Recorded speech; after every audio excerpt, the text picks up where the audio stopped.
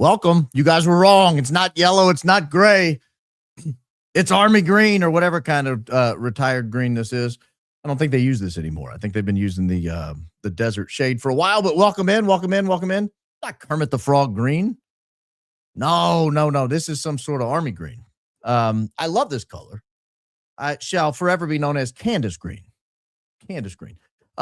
Guys, we got a lot to talk about tonight. Tonight's going to be an interesting show. I think it's an important show. It's a show that we need to go back into the basics. As we talk about going back to the basics, this is an important part of going back to the basics. And what I mean by that is, what did the people on the ground think they heard and saw? We know what the media tells us. We know what the official narrative is. We don't know what it was. We haven't seen a lot of it, frankly. I've only shown a few clips here and there.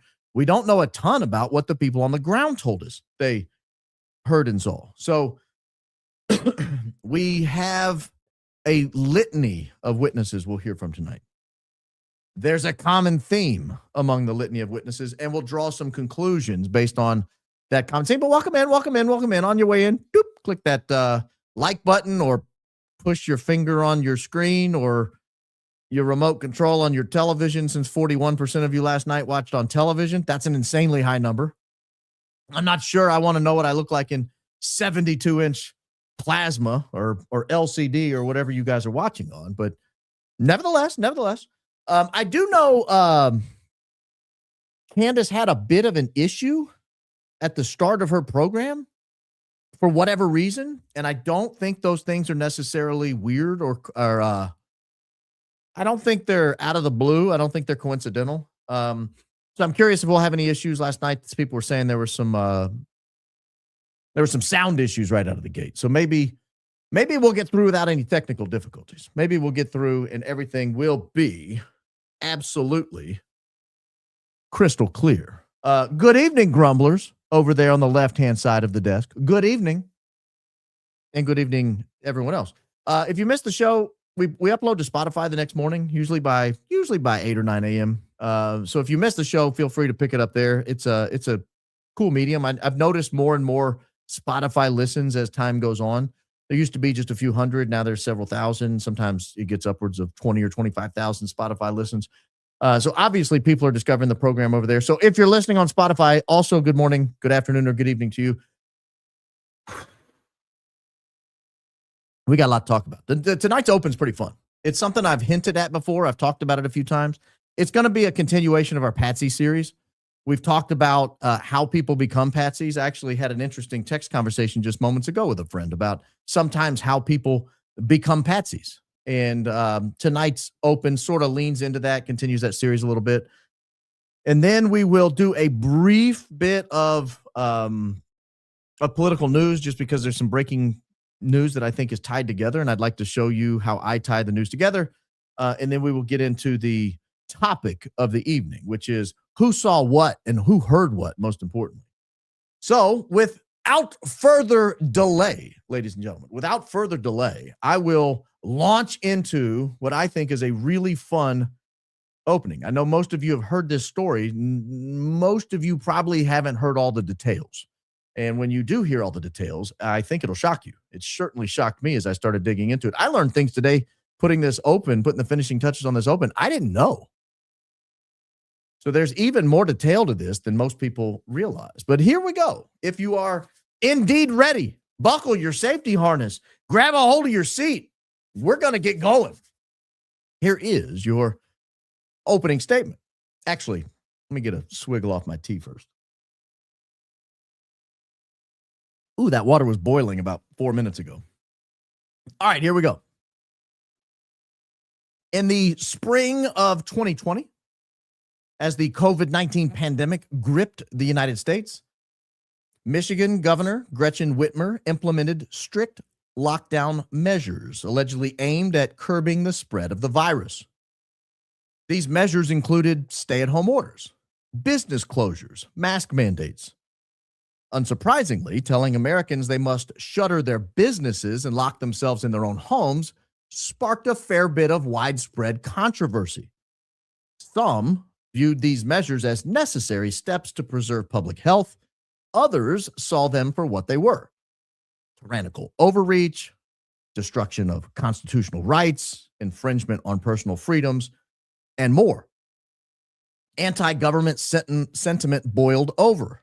Protests erupted at the Michigan State Capitol in Lansing, where armed demonstrators stormed the building in April of 2020. The unrest gave the FBI a good opportunity to monitor online chatter in malicious circles. Social media platforms and encrypted chats began buzzing with bellicose bluster targeting politicians, including Governor Gretchen Whitmer. One such group was the Wolverine Watchmen. The Wolverine Watchmen was a loosely organized militia formed on Facebook for firearms training and survivalist activities. The FBI's involvement intensified when an informant, an Army veteran named Dan Chappell, joined the group after alerting authorities to alarming posts about targeting police. Recruited as a confidential source, Chappell embedded himself deeply into the Wolverine Watchmen. In fact, Chappell rose as high as second in command. His reports to the FBI fed into a broader investigation that uncovered discussions of kidnapping Whitmer from her vacation home in northern Michigan, blowing up a bridge to hinder the rescue, and holding a mock trial for treason. By October of 2020, the FBI had announced the arrests of 14 men. They hailed it as a thwarted domestic terror plot. However, defense claims soon emerged that the scheme was not organic at all. In fact, it looked a lot like an amplified FBI orchestration, which raised legitimate questions of entrapment. The FBI's role in the Whitmer plot went far beyond passive surveillance. Informants and undercover agents actively shaped events through their words, logistics, and encouragement. The defense attorneys argued crossed into inducement. I'll pause at this point and say a lot of this is my opinion, the way I look at the news. At least 12 informants and 2 undercover operatives were embedded in the group. They handled nearly every facet of the operation from inception to execution. Their actions included organizing meetings, providing resources, suggesting violent ideas, and prodding reluctant participants, often while overlooking the crimes of their own informants. Dan Chappell, the key informant codenamed Thor or Big Dan, was a central figure. Chappell was an Iraq war veteran. He worked as a mailman. He infiltrated the Wolverine Watchmen after flagging a Facebook post about using a hunting app to track police. The FBI paid Chappell over $54,000, including $24,000 in cash and reimbursements for expenses like losing his home. He quickly became second in command, teaching military tactics such as room breaching and building clearing. These were skills drawn from YouTube, but approved by his FBI handlers who said, quote, "You can do what's on YouTube," end quote. Chappell prodded the alleged ringleader, Adam Fox, to refine plans and recorded calls. In one such call, Fox discussed hog-tying Whitmer for public display. And Chappell offered training support, saying he'd help organize. In fact, Chappell drove members to events, paid for gas, food, and lodging.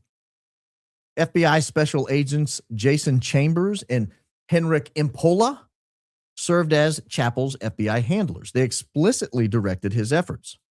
In a September 2020 text, FBI Special Agent Chambers told Chappell, quote, "The mission is to kill the governor specifically," end quote. FBI Special Agent Impola texted Chappell to, quote, "maximize attendance at surveillance of Whitmer's home," and instructed him to invite specific suspects like Daniel Harris, Ty Garbin, and Brandon Caserta. During a nighttime recon trip to Whitmer's Birch Lake cottage, Chappell drove a vehicle that included 2 informants and 2 undercover agents.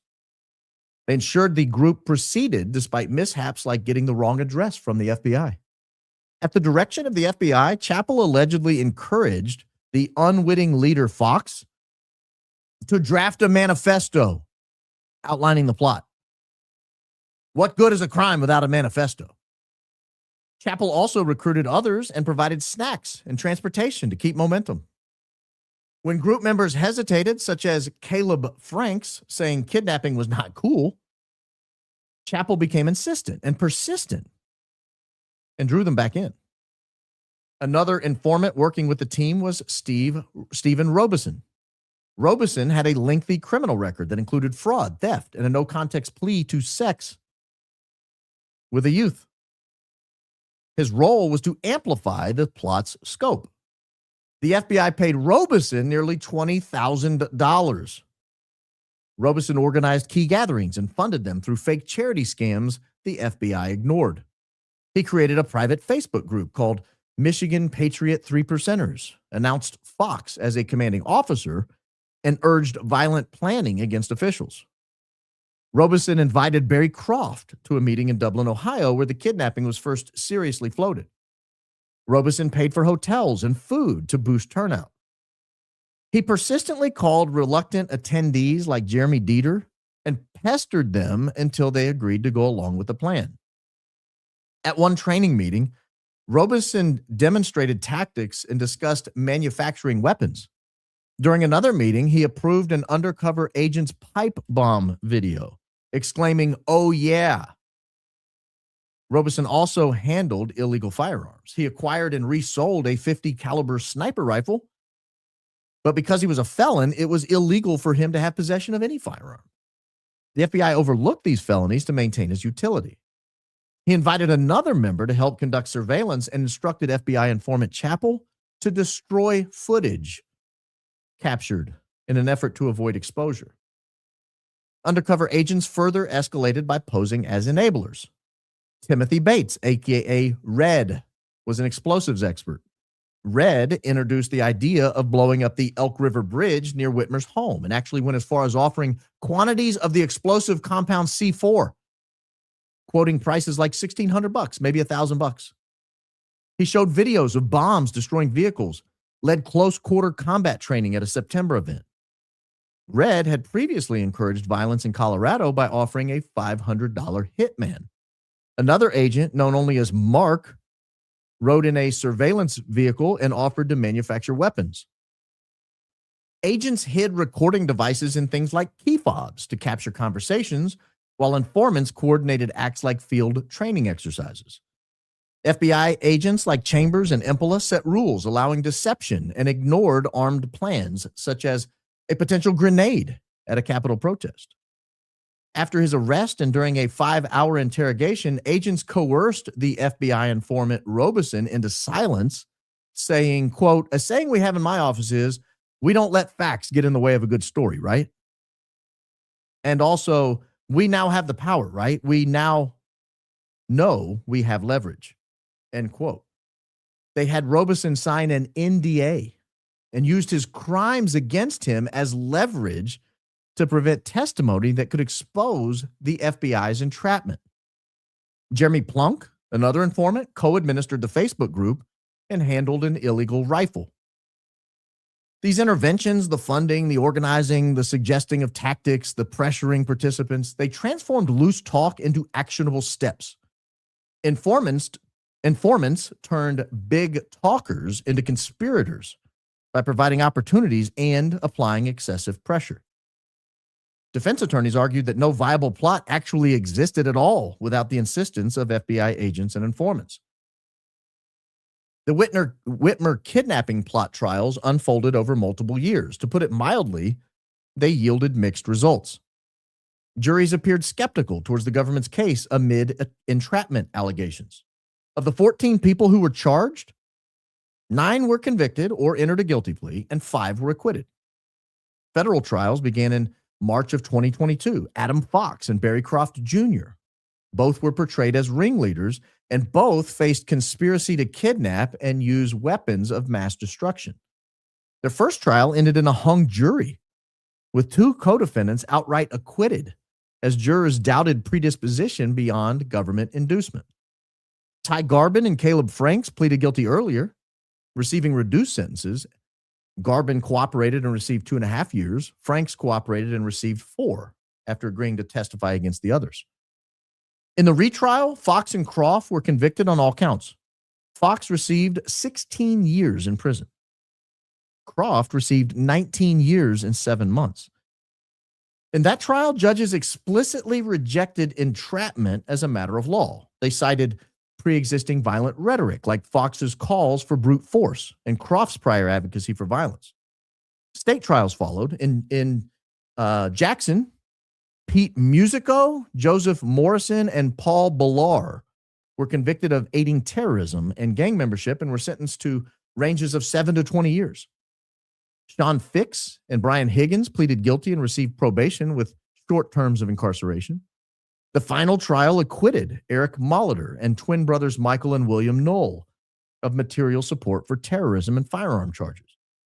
Jurors in that case were allowed to consider entrapment, and they cited heavy informant involvement as undue influence. Of course, as happens after a conviction, appeals naturally followed for those convicted. In April of 2025, the Sixth Circuit Court of Appeals upheld Fox and Croft's convictions in a 3-0 ruling, affirming sufficient evidence of predisposition and deeming any trial errors, like excluding some informant communications, as harmless error.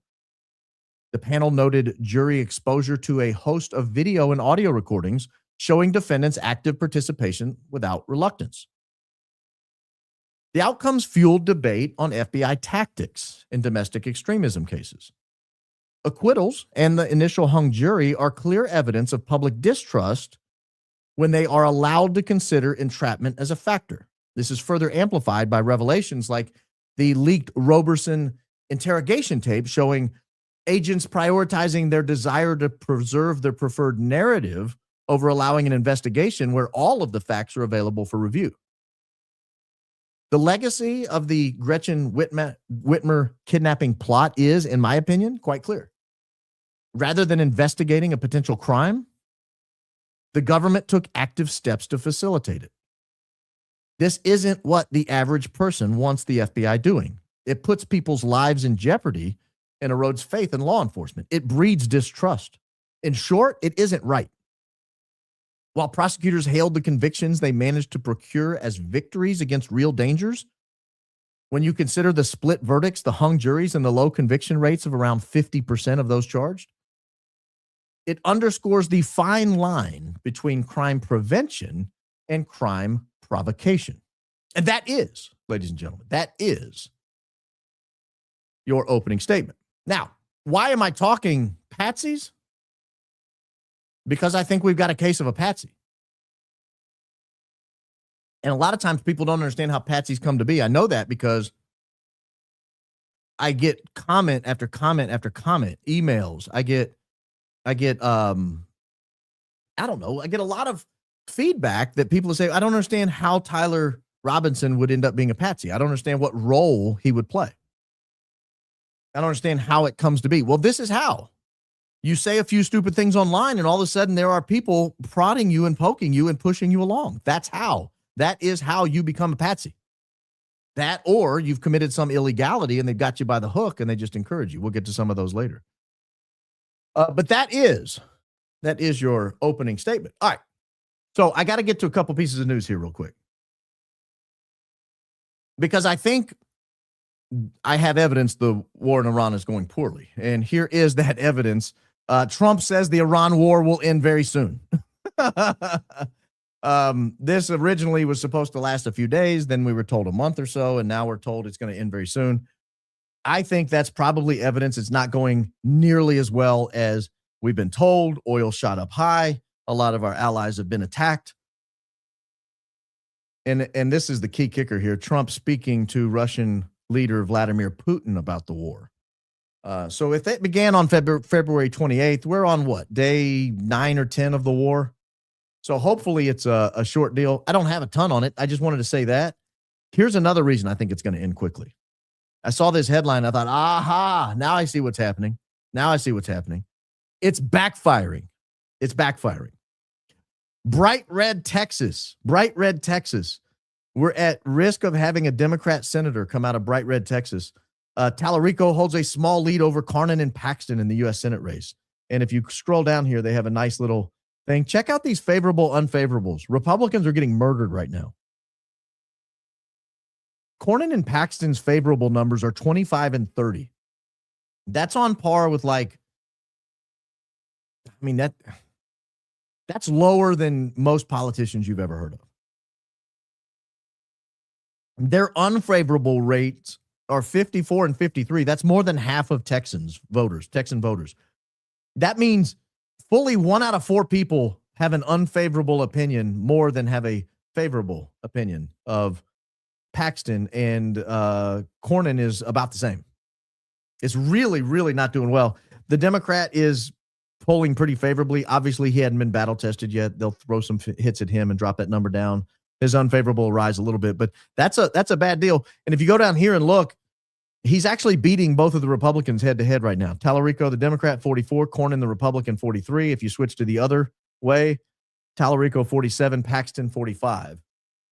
And so if you're a Democrat in Texas, you got to feel pretty good about it right now. I cannot imagine a scenario where a Democrat wins Texas, but we'll find out.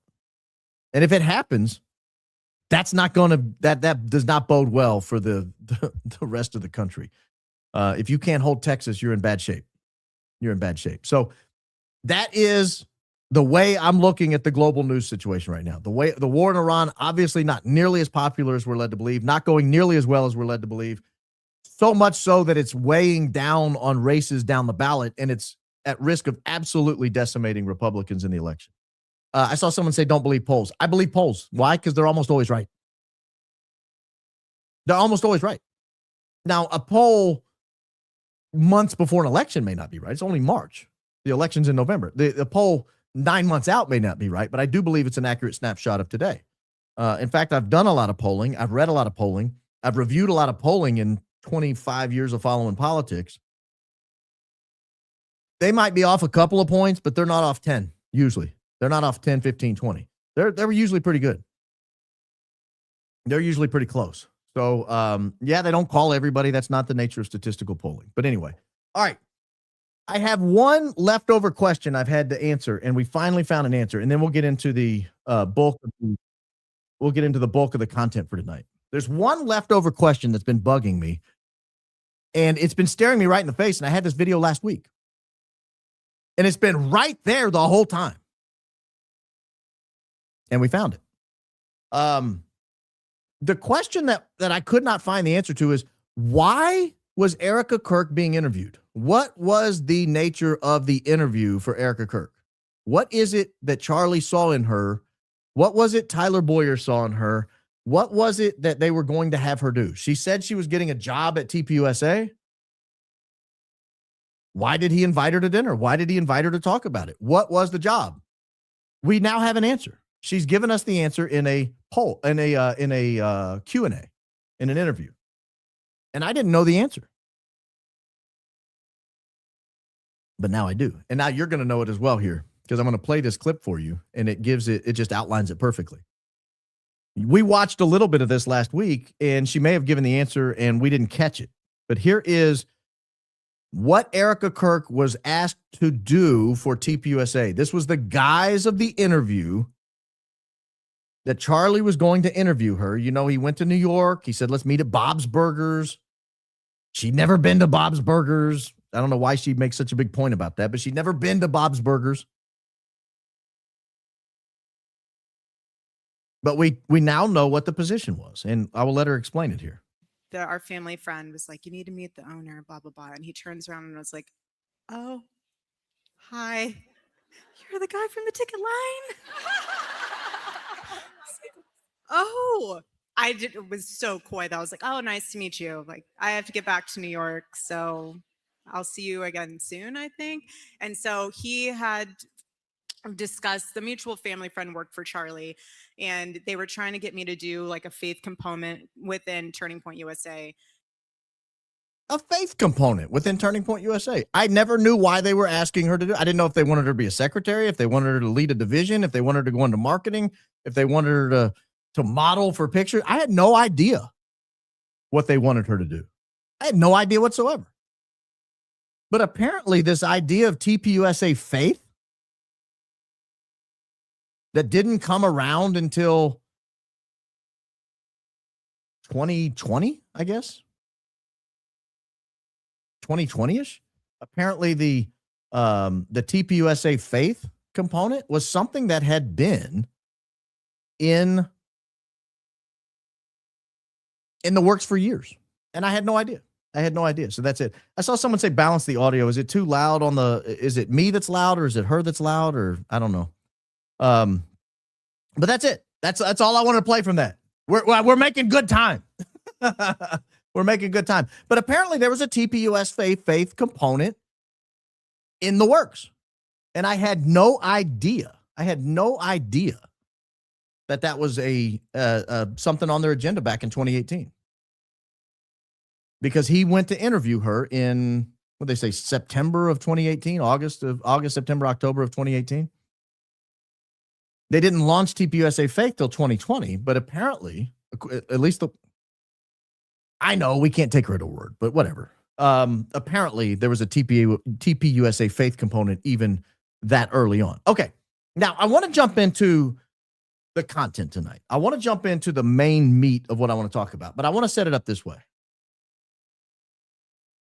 I think I've told this story before.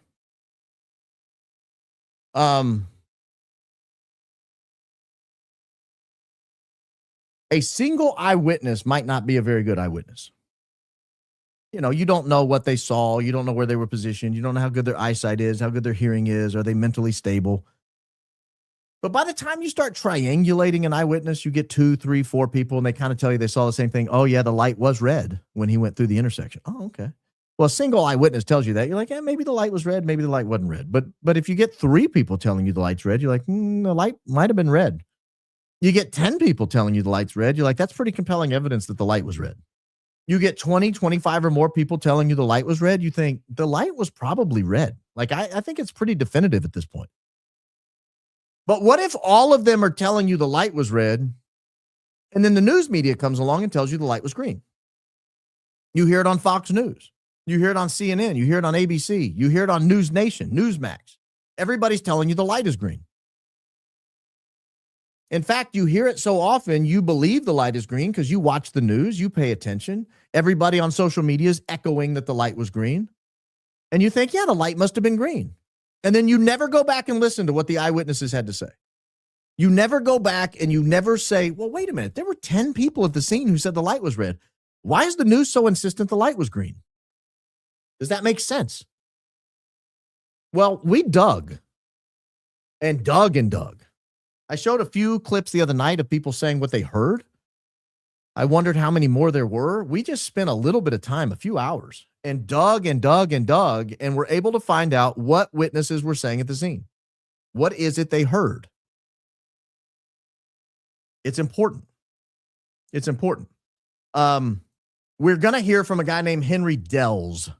Henry Dells tells us what he heard. But before he tells us what he heard, he does a couple of other interviews where he talks about Hunter Kozak, the last person to ever ask Charlie Kirk a question. Henry Dells, by way of introduction, was the first person at the event to ask Charlie Kirk a question. He spent about 8 minutes back and forthing with Charlie Kirk. Charlie under the tent, Henry Dells at the microphone. They were talking about the LDS faith. They were talking, Charlie famously said, "Oh, I love my Mormon friends." And the crowd went crazy because he's in Utah. It was a nice moment. It was a sweet moment. And Henry Dells was such a good sport about it. He was asking questions that, admittedly were kind of tough questions. Charlie was throwing back answers. They were having a good back and forth. And at the end, the crowd was like, all right, move on. And so he moves on and then steps up to the microphone, Hunter Kozak, who asked the very now infamous question about transgender violence. Bang, right as he's asking the question. And the rest is history. But there's an interesting interview that Henry Dells had given with CNN.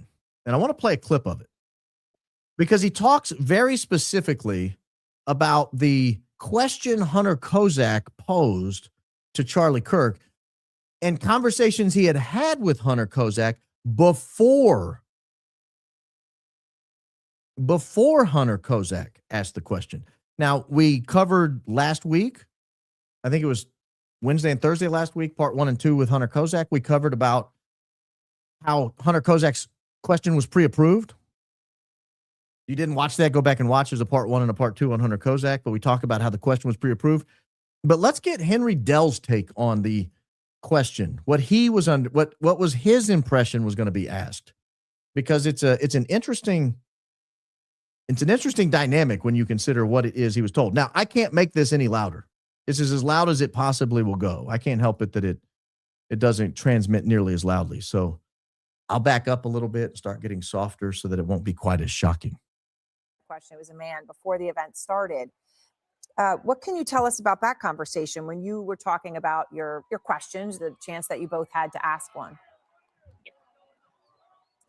Yeah, after we each kind of got selected, they picked about 4 or 5 of us to be at the front of the line. We each kind of had about 5 to 6 minutes where we just kind of discussed, like, hey, like, what are we going to talk about? What are your questions and what are your questions? You know, there was a lady that was going to talk about some abortion issues, which was understandable. Charlie talks about them all the time. Other was some racial issues, and his was transgenderism and, you know, the why people feel like they are something that they aren't. And I never got anything out of that or even heard anything where he was going to refer to anything about shooting. I think I don't know if it was purposeful or not or what the whole thing was, but it was shocking to me just looking back after the events, the sequencing of everything. And I think it kind of just leaves me guessing a little bit. I'm intrigued by that. I'm intrigued by Henry Dell's recollection of saying that he did not recall that that there was going to be a question about the issue of transgender violence, no guns, no anything like that. He gave another interview. Where he basically says the same thing. He dials it down. What this tells me is Henry Dell's, at least before he was approached and gotten to, Henry Dell's was pretty confident that there was something here. There was something to the fact that Hunter Kozak did not mention that there was going to be a violence component to his question before they talked. Here he is telling a different person. And it was really weird because the second guest that I talked to, before I went and asked him the question, what I was going to ask him, he was talking to him about how he was going to ask about transgenderism or something like that, but nothing about shootings. And this is the irony that came to me, which was like, right when he asked that, not like 5-10 seconds later, he was shot. And after I got, yeah, it was ironic to a lot of us, Henry. It was ironic to a lot of us. Right when he got to that question, he got taken down. And we'll hear more from Henry Dell's about what he heard in just a second. But I play that because everything seems too scripted. Everything seems a little too on the nose. Everything seems a little too right. And the Henry Dell's analysis of the Hunter Kozak question, I don't think that's something you could just look past. It was his original impression. It was his on the ground day of, day after, whenever these interviews were. They were very soon after the event.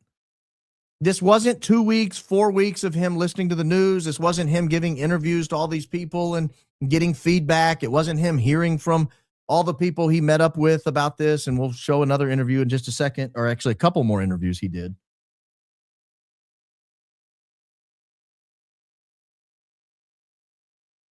But at the time, it struck him as incredibly strange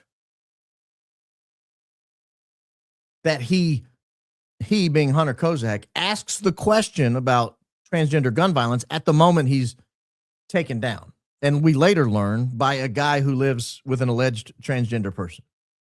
I think that was a little too much for Henry to swallow, and he didn't know how to address it. He was addressing it the best way he could.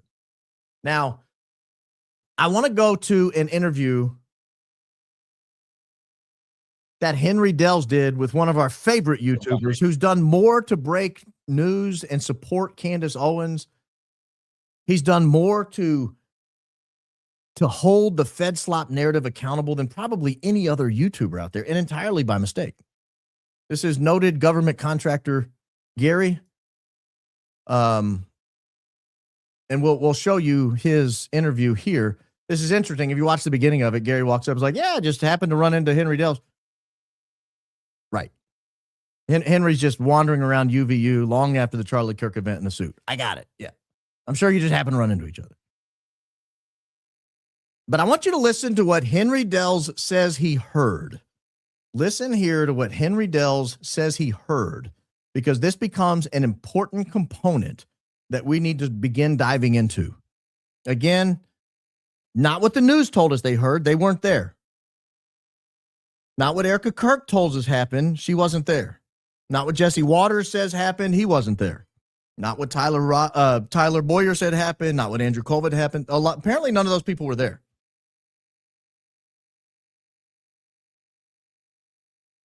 I said I have something under my right armpit.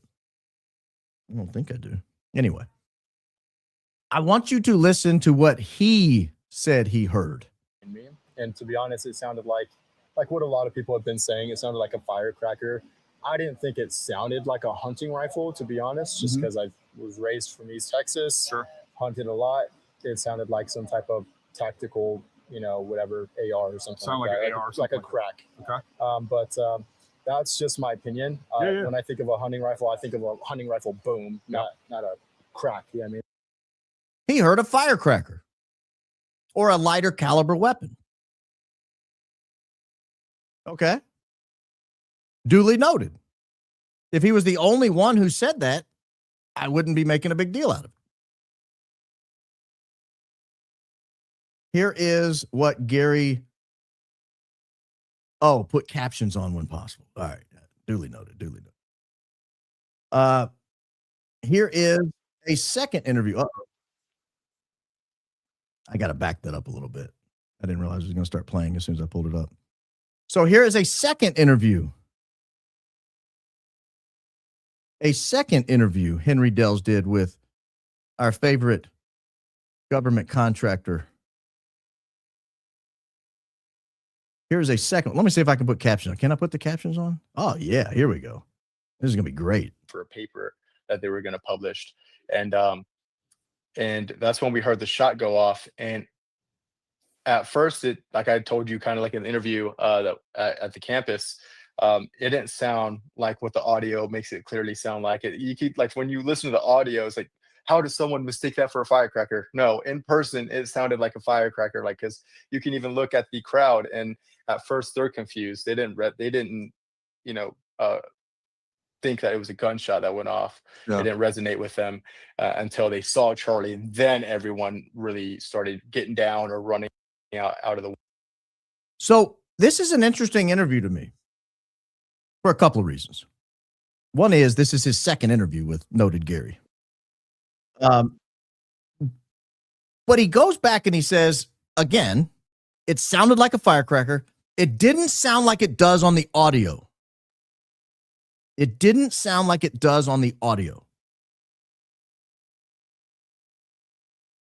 Well, who controlled the audio that day? All the footage that's being played is given to us by Terrell Farnsworth and his team. They controlled the audio that day. And so when we review the audio and we hear a boom, boom, crack, and we go through and that is a different audio, because if you listen to it on the cell phone footage, it doesn't sound like a boom. And TPUSA didn't control that audio. They only controlled the audio feed coming from their equipment. And so you begin to understand you have this difference between the cell phone audio, which sounds like a light crack, all the witnesses who begin lining up to say it sounded like a light crack, a firecracker, and then you try to contrast that with the audio that people are listening to on the news, which is coming from the event, I've got more. Here is someone who was a little farther away in the crowd. Now, remember, Henry Dells says it's kind of a loud boom. Here is someone who was a little farther back. Here is her recollection of what she heard. So I was probably about 30 or 40 feet away from him. There's tiers in the amphitheater, and I was on the third tier. and he was having a discussion about transgender people and school shootings. And he was commenting about mass shootings, and he was shot in the neck. He was in the process of talking about mass shootings when Yes, the bullet hit him. transgender. And Yes. what did that sound like when the shot was fired? And could you tell where it came from? It came from behind me. I believe it came from one of the upper buildings. It wasn't very loud. It sounded almost like fireworks. So at first, I didn't think it was real, and a lot of the people around me didn't realize what was going on either. It wasn't very loud. It sounded like fireworks. I didn't think it was a gunshot. I didn't think it was real. Okay. That's interesting. When she says it came from behind me from one of the upper buildings, you start to wonder how much some of these witnesses were influenced by the immediate reporting that had gone out, telling them that it came from the building behind them. Because that was almost immediate. Like within an hour, it was released publicly that it was a shot that came from the Losi Center. And so all these people that are doing an interview that afternoon, that evening, the next day, the day after that, even though it's still very early after the event, they've been exposed to this constant drumbeat that this was a gunshot that came from the Losi Center. But when you listen to them, they say it didn't sound like a gunshot. It wasn't very loud. And it sounded like fireworks. Sounded like fireworks. Now, remember Hunter Kozak, when he was saying up close that it was loud. I'll show you this one here. Where Hunter Kozak, let's see here. This is a news article, so there's nothing to play, but I will show you the print version of this. This is Hunter Kozak saying, Kozak told the Tribune he immediately sensed what happened. It sounded like a firecracker. I thought it was fired 2 feet away from me. It was so loud. Well, where was Hunter Kozak standing? He was the closest person in the building, in the entire facility. He was the very closest person to Charlie Kirk. He was literally like 10 feet away. The only people closer were the security people in and around him. And he thought it was fired 2 feet away from him. It was so loud. Now, this woman standing 30 or 40 feet away says it didn't sound very loud. It just sounded like a firecracker. Which raises the question, who was closer? Who was closer? Because if she's right, she actually is closer, and it should be louder to her. It shouldn't be louder to Hunter, who was farther away from it than she was. It should be louder to the people closer to the building, 30 or 40 feet back that way, a third of the way to the guy shooting. She's the one who should say it's louder, not him. Here is Hunter Kozak on 60 Minutes saying what he thinks he heard. I like these captions. I can read along. You guys think the audio is bad going out to you. It's worse to me. There's video of you in that moment. What was that moment like? I thought I heard a firecracker, and I see his I see the bullet hit his neck, and that's awfully descriptive.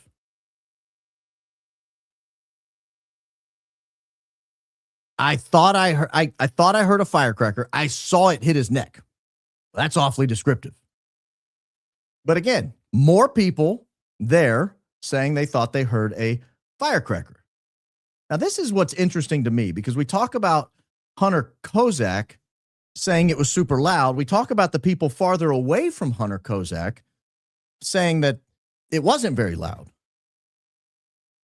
Now we're going to hear from people who were standing right under the Losi Center, right next to the Losi Center. They have a cell phone camera out, and they're telling us what they heard in the immediate aftermath. They're not talking a day later. They're not talking to an interviewer. They're not on 60 Minutes. They're not talking to a newspaper reporter. They don't have any benefit of having heard the Losi Center story. They don't have any benefit of having heard anything. This is what we in the media or in the legal world will call perhaps even an excited utterance. This is just them saying in the moment what they think they heard, like literally moments after it happened. You'll see people in this footage still running from the scene. This came from Sam Parker on Twitter. Listen to what they say they heard. Let's see if I can turn captions on here. I don't know if I have captions on this. I'll tell you what they said if you can't hear it.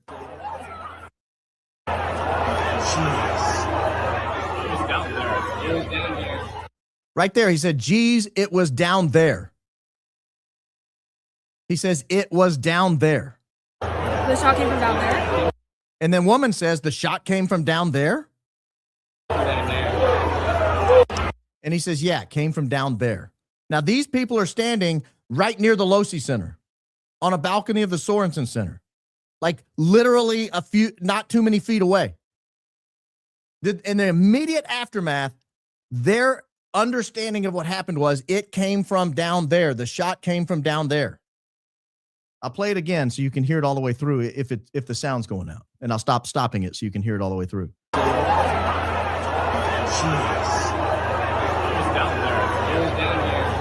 The shot came from down there? That's insane.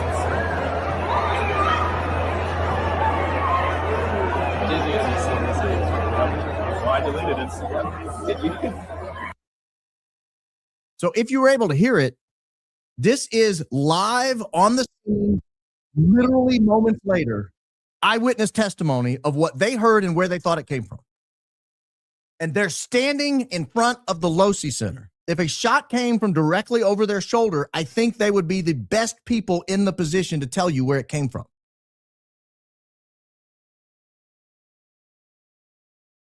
They're the ones who told you it came from down there. Hunter Kozak tells you how loud it was to him. It was so loud. He's standing right there. As you get farther away, people say it gets softer and softer. Again, why is this important? We've still not solved the basic first few questions. Who killed Charlie Kirk? How did they do it? And why did they do it? We don't even know the answer to any of those three questions. Well, I mean, we might know the answer to the third one, why they did it. I think the kickoff of the war in Iran is pretty clear evidence of why they did it, but we don't know how. We're told it was a gunshot from the Losi Center. We have eyewitnesses immediately in the aftermath standing right there in front of the Losi Center. They're like, yeah, it came from down there. We have Hunter Kozak, who's standing right next to Charlie Kirk, said, oh my gosh, it was so loud. And then we have people halfway back in the crowd. They're like, yeah, sound like a firecracker. Wasn't that loud. Here is an interview in the New York Times. It has a couple of people quoted in it. The first one is a guy named Andrew Pascaldo. He's the famous one-armed bandit. You remember him? Everybody thought he might have something to do with it. He just had the one arm, the fake hand or whatever. I can't think of the right word. Prosthetic hand. And he was seen fleeing the scene, and it looked like he had like a Mormon mission uniform on, like a white shirt, a black coat, maybe even a name badge. I can't remember. But he was carrying a bag, and it had a tan strap on it, and everybody thought that might be a firearm. And he came out and said, no, it's the strap to my camera. And there was police radio chatter. Should we interview Andrew? Should we wait? They said, wait, don't interview Andrew yet. They're almost there. Here is what Andrew Pascaldo had to say about it.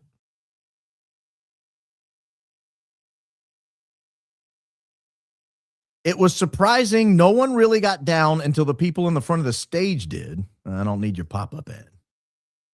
People got down in waves.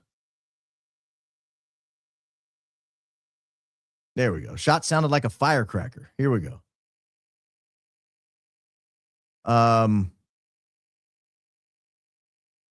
Isaac Davis, a junior at Utah Valley University, said the fired shot wasn't that loud. He added, it was definitely noticeable, but it sounded like a firecracker. Sounded like a firecracker. So again, Andrew Pascaldo is there, and he's in the crowd. He's saying it wasn't really that surprising. I mean, it was surprising, but no one really got down. It wasn't that loud. Where did the people get down first? The people immediately in front of the stage. They got down first. It might have been louder to them. And then they go to the other guy who says, yeah, it wasn't that loud. It sounded like a firecracker.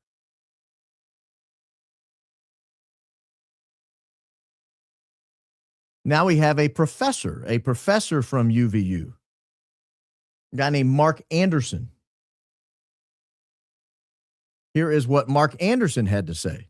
Again, this is before people had the benefit of being told by the news what happened. UVU professor Michael Anderson was about 50 feet away at the event when he heard what he thought was a firework while Kirk was answering a question. Then people started running out of the amphitheater. So again, we have the farther back away you are, the more it doesn't sound like a gunshot, the more it sounds like a firecracker. Even the people right up next to it said it sound like a firecracker. This is an interesting one because we now have the first evidence that the shirt drew people's eyes, that the shirt did something unusual and drew people's eyes. Tim Miller said he saw Kirk's shirt bounce after hearing the loud noise and turned around and ran. He got up and was speaking, and you just heard a pop. It sounded like a firecracker. And he hit the ground, and I instantly knew what happened. I grabbed my wife, and we took off running. Saw Kirk's shirt bounce.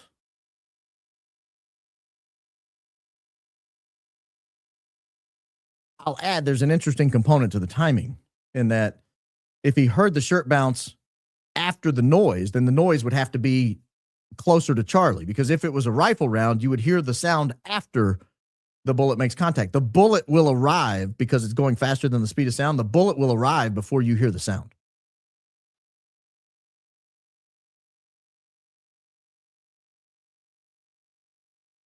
That's just physics. That's not me speculating. That's just the nature of physics, the nature of how sound travels versus how bullets travel. Here's yet another person from this article. Same article. They all three heard the same thing. Keenan Contrayo, who came to the event with a friend, said he was listening to Kirk speaking about how much he loves members of the Church of Jesus Christ of Latter-day Saints, and he looked down at his phone to send a message when he heard what he thought, he heard what sounded like a firecracker, but now knows it was a gunshot. You see how this happens? You see why it was so important that they immediately begin planting they shot Charlie, they shot Charlie, they shot Charlie. Why it was so important Terrell Farnsworth get up there and say they shot Charlie. Why it was so important Phil Lyman had Jed Jacobi there and they were talking about the gunshot and he rehearsed, I saw Charlie get shot. I saw Charlie get shot. Do you now see why this is such an important part of this narrative? Why we're even still looking at it? If we're going to make the case, and I do make the case because I don't think it happened that he didn't get shot, I think it's important to review the nearly simultaneous statements of witnesses. They did not think it was a gunshot at first. They thought it was a firecracker, a small explosive device. That's what a firecracker is, a small explosive device.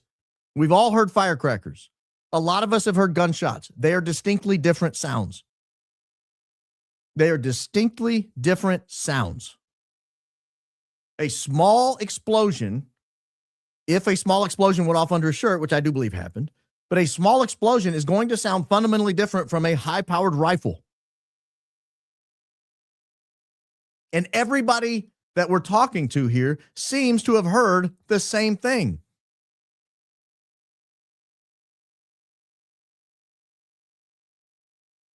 Here is an article that is quoting Jeremy King. Jeremy King was standing right next to Charlie Kirk. The opening line here, this is former local residents react to Charlie Kirk assassination. The opening line, it sounded like fireworks. And then they go through and they quote Jeremy King here. I just heard a pop, King said. It almost sounded like a firecracker, maybe a .22 caliber. It did not sound like a high caliber rifle from where I was standing.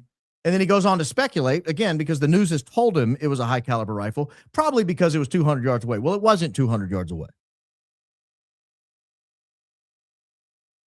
Here is a different witness. I immediately thought it was a firework because it was right at the start of the second question. And then suddenly everyone dropped down and I started running. She also thought she heard a firework. Jeremy King heard a pop, almost like a firecracker, maybe a 22 caliber. If you've ever been around a firecracker, you know the sound. If you've been around a 22 caliber, you know the sound. If you've been around a 30-06, you know the sound. A 30-06 sounds like a cannon. It sounds like an absolute cannon.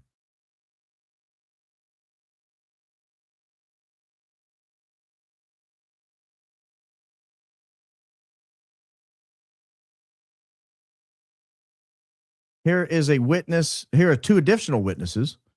This time on video, so we can play these, telling you what they thought they heard. Again, these were people standing very close to Charlie Kirk. I'll let them take it away. Second student came up to the mic. We just moments after heard the shot. The shot came from the left side, and I looked over just like that, and I thought, wow, isn't that funny? Somebody lit off a firework. Somebody lit off a firework. Interesting take. There is a second one, a different witness. We'll scroll forward to that. He'll give his she'll give her take. Here's what she says she thinks she heard.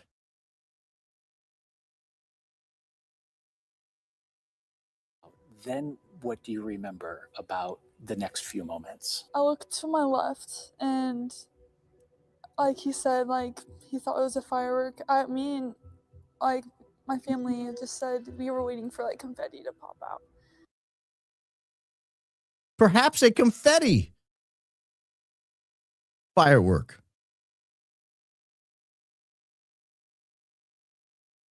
It becomes monotonous when you start listening to these people back to back to back to back to back. But it's important to listen to them back to back to back to back to back. These were the people who were there. This is what they heard. They did not hear a 30-06. They did not hear a 30-06. Yet another witness, believe it or not. Yet another witness. Wonder what he's going to say. He thought he heard. What he thinks he was supposed to have heard. He's now explaining it away. It was weird. The shot must have reflected, or the sound must have reflected around off the buildings and the people. I now know what a gunshot sounds like when you're downrange. No, you don't. You don't know. You don't know. Now, I'm going to take you to an interesting moment in Real Baron podcast history. We had on this very program one of the witnesses who was there. This was very early on. I don't know how many of you were around back then. You remember Adam Bartholomew from Life is Driving? He graced us with his presence, a kind guy. A kind guy. He was polite enough to join us. But I asked him what he thought he heard. Now you'll notice I had a bad haircut at the time. I can't help it. So I warned you before I shared the screen, I had a bad haircut. I told you. I tried to warn you, and I didn't. But let's listen to what Adam Bartholomew thinks he heard. Other direction. When you heard the gunshot and you've shot a 30-06, you know what that feels like. You know what it sounds like. You know the depth to that sound. Anyone who shot a 30-06 knows there's a signature to that that's not available to a 5.56 round or a 223 round or a pistol round. Did it sound like a 30-06 round to you, even from 100 yards away or 150 yards away? At the time of the shot, my first, I was literally hoping that it was firecrackers. The first thing out of my mouth was that a firecracker? First thing out of his mouth, was that a firecracker? This guy was actually there. We had him on this program. Asked him the question. What did it sound like to you? Did it sound like a 30-06? Well, I asked, I hoped it was a firecracker. I hoped it was a firecracker. We played the Taylor Beldine version of this. Just last week we played this. We'll play it again here. What did Taylor Beldine hear? Oh, nope, nope, nope, nope, nope, nope, nope, nope, nope, nope, nope. Almost got away with one, didn't I? You guys almost were treated to a moment. You didn't. Here is the Taylor Beldine version. My initial thought was just shock. I was so scared. I was like, oh no, I was thinking it's a gunshot, but then I was thinking it's in Utah, so it's maybe just a firework because no one was dropping to the ground just yet. And then everyone started screaming and freaking out, so I knew it was a gunshot, and I was so scared. And So even Taylor Beldine thought initially, well, it's Utah. Maybe it was a firework. Well, maybe it was closer to a firework than what you believe. Here are two people describing what they think they saw in this particular article here. If I can get it to come up, which I don't know that I can because I have opened it too much. So let's go to a backup archive link here.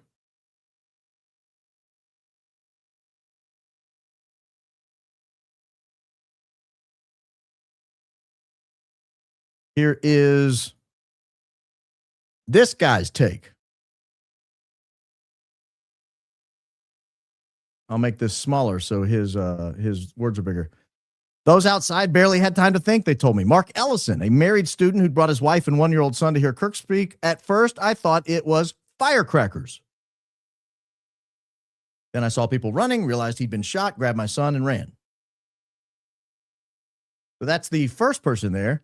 Here is the second person.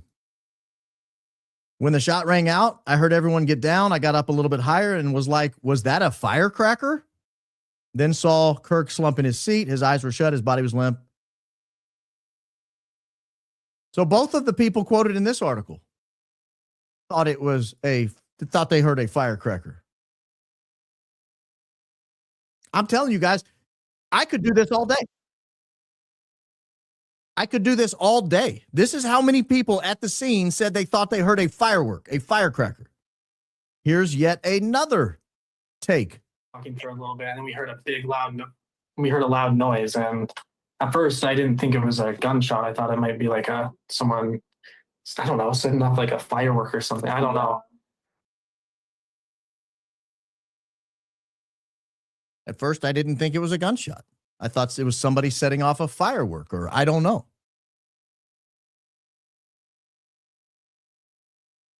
Now we see how important it was that everybody get out there and immediately establish the gunshot narrative. Because if we would have let the witnesses just go to the news, if we would have let the witnesses just describe what they saw, just describe what they heard, maybe we would be questioning, as I do today, maybe we would be questioning whether or not they heard a gunshot at all. Here is yet another witness. Everybody's saying like there was a gunshot.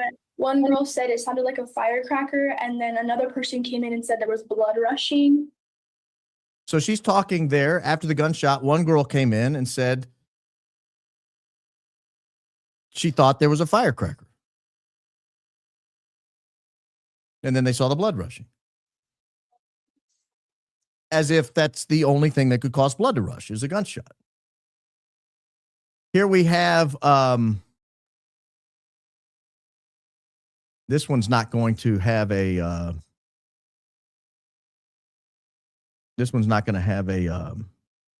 well, I can share the screen, but it's not very exciting. It's just audio. I'll go ahead and share it anyway. Here is an eyewitness, a woman named Emma Pitts. Here's what she heard. Then Pitts walked Scott through what she saw. So Charlie Kirk, he had maybe 10 minutes had started. He was on his second question. And before he could even answer the second question that the interviewer asked, he went to go pick up the mic. And I heard first the sound. It sounded like a firecracker. I heard at first the sound. It sounded like a firecracker. It becomes a pattern. It becomes a pattern. We shut it off when we collected 25 clips.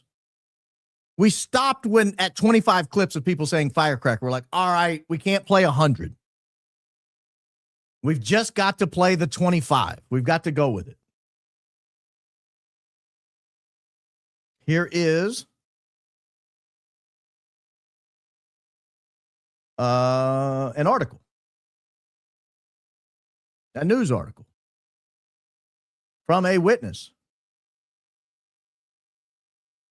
Before Kirk could answer, what sounded like a firecracker popped off in the air. I watched him fall from his chair, and for a second, everyone stopped. Emma and I dropped to the ground, and she told me we needed to pray.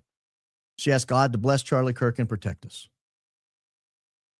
This is an interview, an article by Eva Terry. I saw the bullet hit Charlie Kirk. Well, she claims she saw it hit Charlie Kirk, but she claims she heard a firecracker. Here is a news interview video. I'm almost through these, by the way. But I think it's important to share the monotony of it. It's important that we get the entirety of what all these people have to say. A lot of the people, because we had been there early since around 9 a.m. We were interviewing lots of people just about the atmosphere. And the audience initially thought it was a firecracker. That's a news reporter. They'd been there early. They'd been interviewing all the people. The audience initially thought they heard a firecracker. This is before they saw the news. This is before they were told it was a gun. This is before they were told what to believe. This is before it was soaked into everyone's mind he'd been shot. This was before everybody had been calling everybody and say he got shot. This is before all the news events. Immediately, every headline in America said he'd been shot. Initially, all of the audience, I'll play it again, thought it was a firecracker. Because we had been there early since around 9 a.m. We were interviewing lots of people just about the atmosphere. And the audience initially thought it was a firecracker. The audience initially thought it was a firecracker.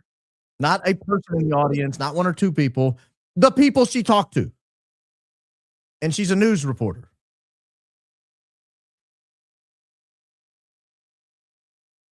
Here's yet another guy. Believe it or not. Let's hear what he has to say. Anybody want to guess what this guy has to say? I spoke to a student who broke down in tears when detailing what the last day's been like. Then a bang ran out. At first, everyone was confused. Maybe it was a firecracker, he thought initially.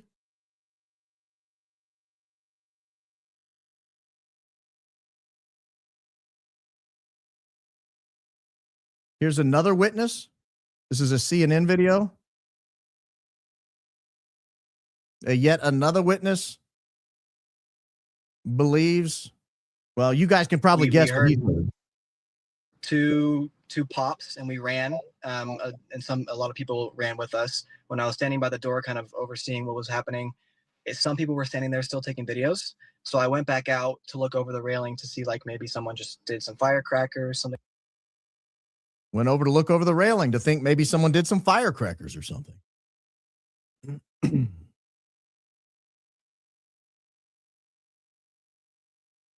And finally, the last one, ladies and gentlemen, the very last one I have to play. Yet another eyewitness who was there, who believes, well, I'll let you listen to him. And they had just gotten into the second question, I believe. And that's when I heard like a huge pop. Whenever I hear sounds like that, first I think, okay, maybe it's just fireworks. But after a few seconds, all of us kind of standing together, it's a very suspicious sound to hear with tons of people. There were so many people there.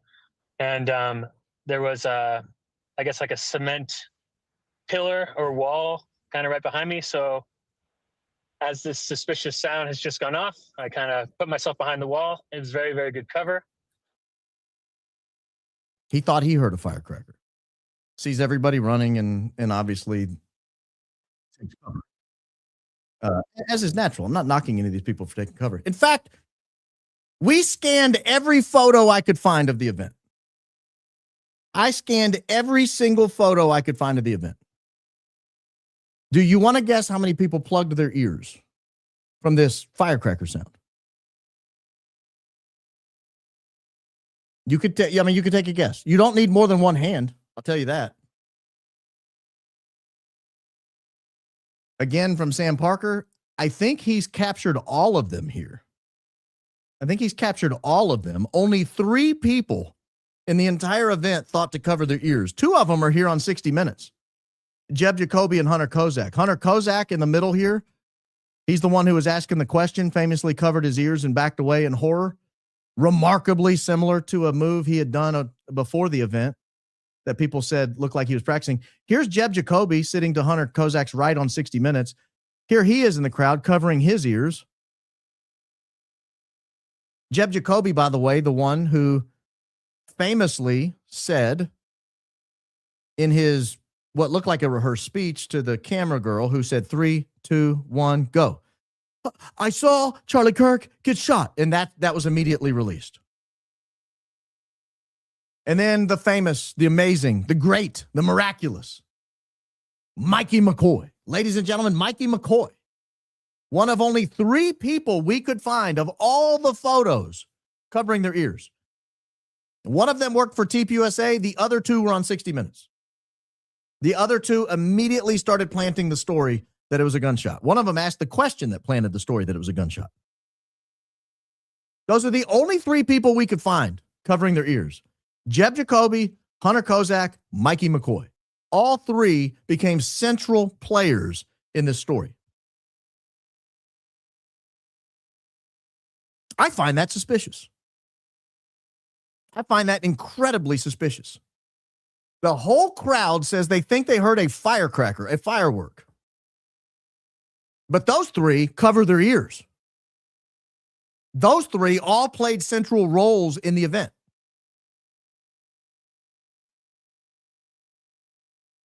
But Baron, why are you doing all this? Here's why. If we're going to go back to the basics, we need to know what these people saw and heard.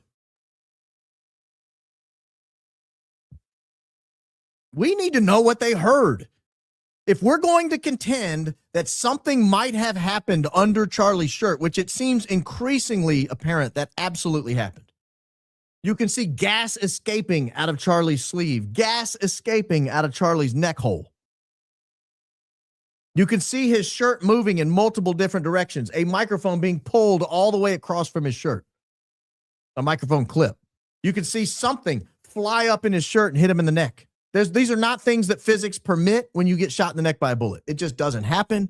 It's not been recreated. You've not seen video footage of it. You've seen a lot of people try. You've not seen it happen. And when you have dozens of people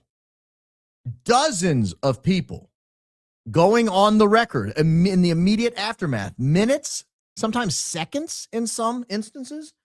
You remember seconds later, someone said it came from down there. The shot came from down there. They were standing in front of the Losi Center. The shot came from down there. They're standing in front of the Losi Center.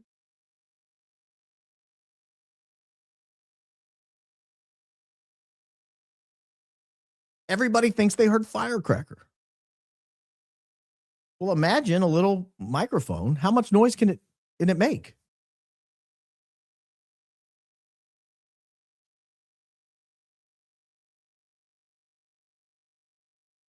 If I'm the defense team, a lot of people ask me this. If I'm the defense team, I want to bring a lot of these people into the stand. What did you hear? Did you hear a 30-06? Do you know how loud a 30-06 is? Go to a gun range sometime and stand next to people. You know, when you go to a gun range, they make you wear hearing protection. They make you wear those big over-the-ear hearing protections or some kind of inner ear plug. Those rifles are like cannons. Boom. Big, deep, thick. Boom. Not crack. Like a .22 caliber or a firecracker. A totally different sound. A totally, completely different sound. A totally, completely different sound.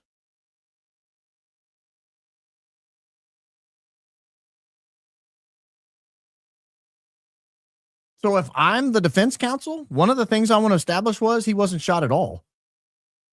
That we've not yet proven he was shot with a gun, and that the witnesses at the scene, their immediate aftermath, their immediate reactions were that that's not what happened.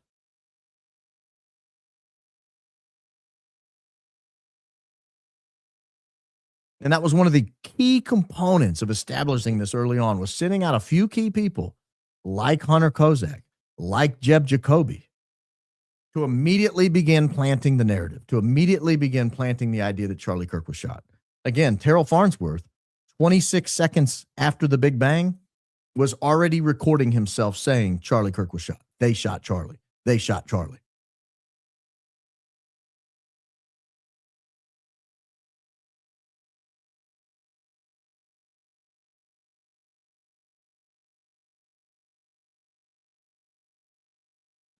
I don't know how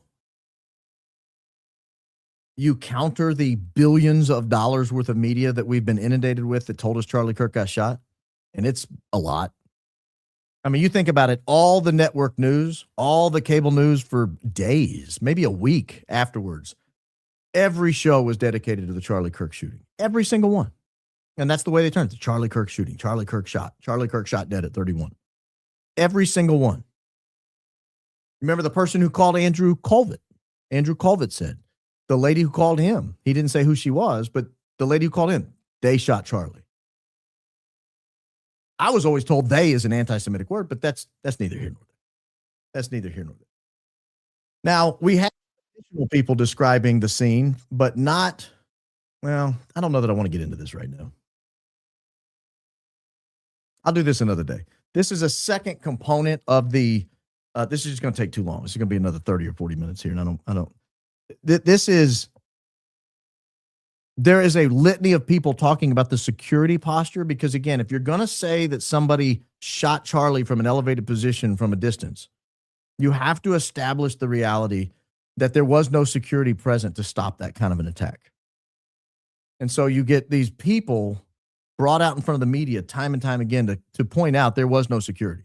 Security was lax. I didn't have to give a ticket. You could just walk right up. Nobody was checking who was there. There were no metal detectors. You get this whole litany of people that are trotted out in front of cameras to establish that, oh, of course, Charlie could have been shot. Of course, Charlie could have been shot. I've had different people, including Wolves in Finance, did it to me recently, and it's not right, but whatever, who try to say I'm married to this narrative or that narrative. Oh, Baron Coleman, he believes he was electrocuted. Oh, Baron Coleman, he believes a microphone exploded in his shirt. I don't know what I believe. I believe he wasn't shot. I mean, I do believe that. I don't believe he was shot. I don't believe there was a gunshot that went off that day. I think the 25 people we just showed you kind of confirm that. I think all of the people who tried to shoot into beef, pork, lamb, whatever they could find, any kind of hunk of meat that was about, 15 inches around, about the size of a neck, and they all shot into it, trying to see if they could get a bullet to stop in there, and none of them did. They all went through completely. I think they kind of established that reality. I think the sum total of the evidence, when you put it all together, establishes the reality, in my opinion, beyond a reasonable doubt. Frankly, the other way. The innocence is proved beyond a reasonable doubt that there was no gunshot. But certainly it doesn't establish he was shot beyond a reasonable doubt. That element is not going to be able to be satisfied, in my opinion.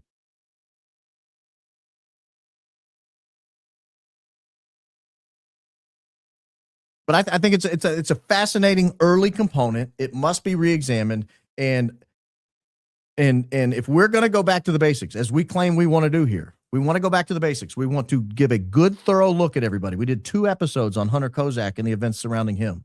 We looked at Jeb Jacobi. We're going to look at Phil Lyman. We're going to look at Tyler Boyer. We've looked at Erika Kirk, obviously.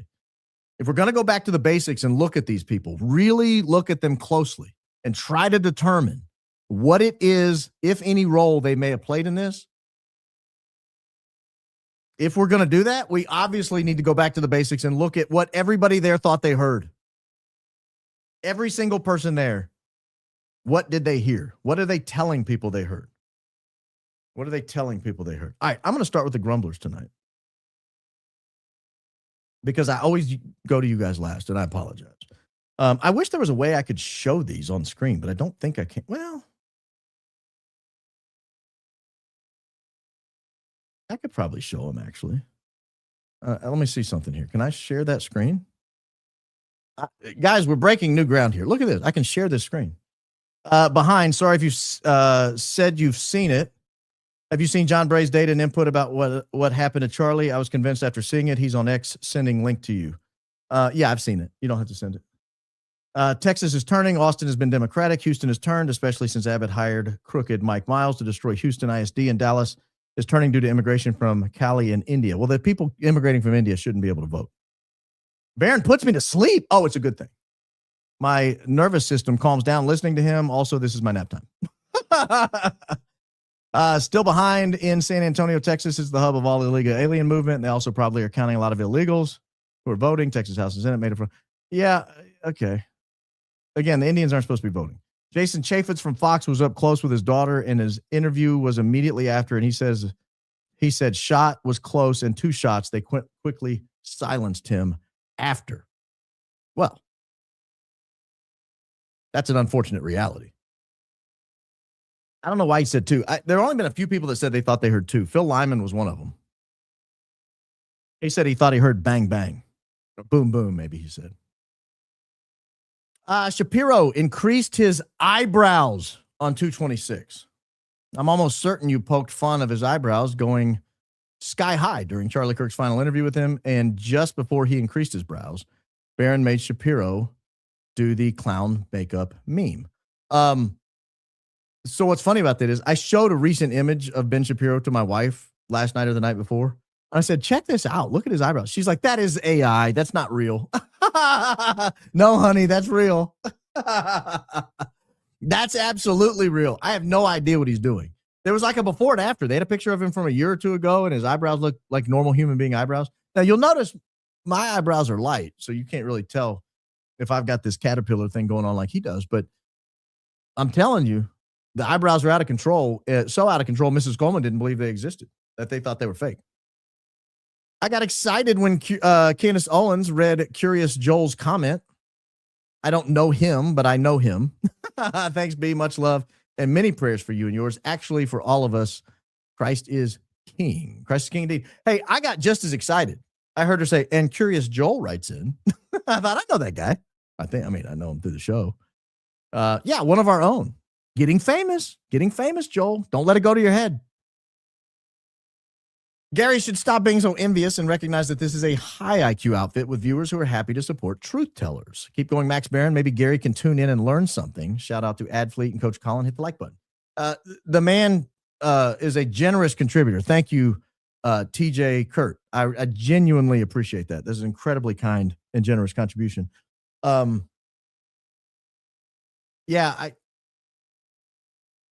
I'm not going to let somebody bother me who got a $190,000 government contract 2 weeks after Charlie Kirk got shot. That's not going to bother me. I'm not going to let him bother me. I didn't get a $190,000 contract from the government 2 weeks after Charlie Kirk got shot. So I'm still neutral in this investigation. Not all of us are. But thank you. Thank you very much. Thank you for those kind comments as well. Ben's eyebrows are growing larger by the day. Weirdest Philly Pinocchio ever. Do you think that's it? Every time he lies, his eyebrows get larger? That would be an unfortunate, almost curse. Father Ripperger during SRS, Sean Ryan show, admits to speaking to Satan. Do we trust that just because he's in a robe and called Father? He makes me very nervous. I don't trust it just because of that. But I mean, you don't have to believe what he says. It's not doctrine. It's not dogma. You can take him at face value or not. But he is he's been involved in, I think, what's kind of universally referred to as deliverance ministry for a very long time. And a lot of people that have benefited from his ministry have very high praise for him and his abilities. So I can't comment beyond to a point of certitude that what he says is accurate, but I tend to believe him. But your skepticism is noted. I don't think it's I don't think it's terrible to be skeptical of people. I'm retired from the U.S. Army for years. I bought into the liberator mentality. It's brainwashing. A convention of states is going to be the only course correction. No one in D.C. is going to do it. I've always been really nervous about the convention of states people. And here's why. Once you call a constitutional convention due to the article in the Constitution that allows the states to call a constitutional convention. Once you do that, you lose control over what happens. And you know who's not going to be in the room, Christopher? You, me, anyone we know. You know who is going to be in the room? Bought and paid for politicians who serve their masters bought and paid for politicians who serve their masters. That's who's going to be in the room. You think they're bad now? You think they don't listen now? Wait till they have the ability to crack open and rewrite the Constitution. I'm not sure I want to give my lousy congressman, who's lousy, by the way, I'm not sure I want to give him that power. I'm not sure I want to give my senator that power. Marshall Blackburn hasn't earned that power, in my opinion. So I worry.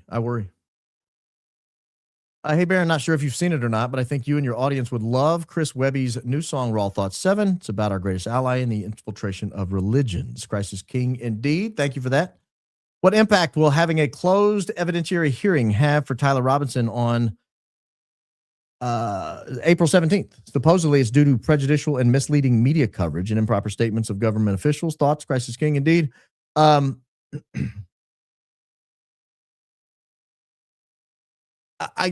wish it wasn't closed. I wish it wasn't closed. Keep in mind, though, they can't close the courthouse. They might not be able to put a camera in there, but I don't think they can close the courthouse, can they? When you say, I haven't looked at it closely. When you say closed, you mean they're going to kick out witnesses, his family, and just witnesses?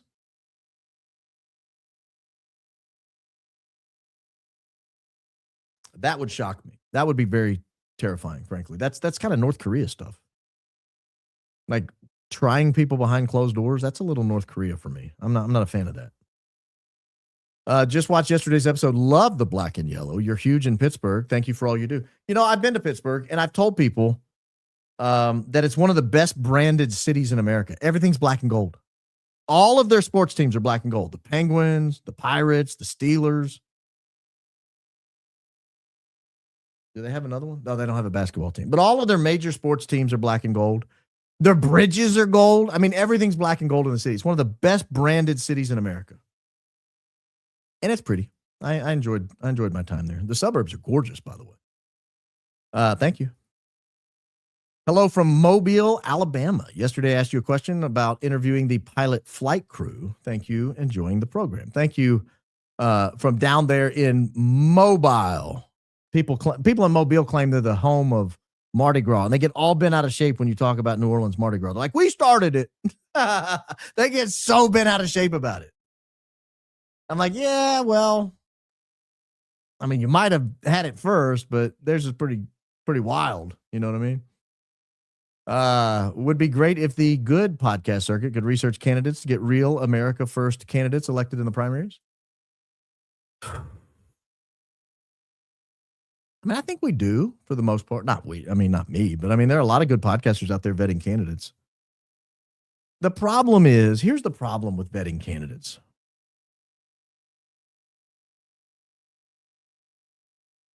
It takes so much money to win a primary. It takes so much money to win a primary. If everybody watching right now gave $100, there wouldn't be enough money to win a primary. If everybody watching, some of the larger shows, like Candace's show, gave $100, it would not be enough money to win a primary.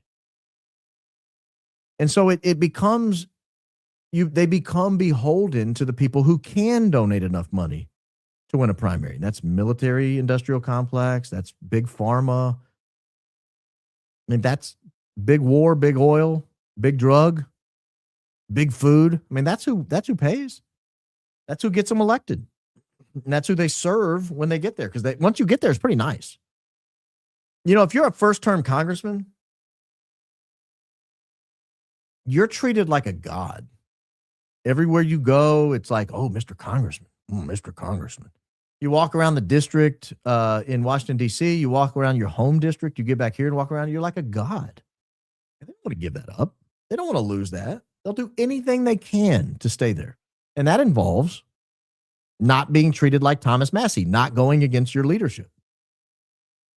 Because once you go against your leadership, you get the Marjorie Taylor Greene and Thomas Massey treatment.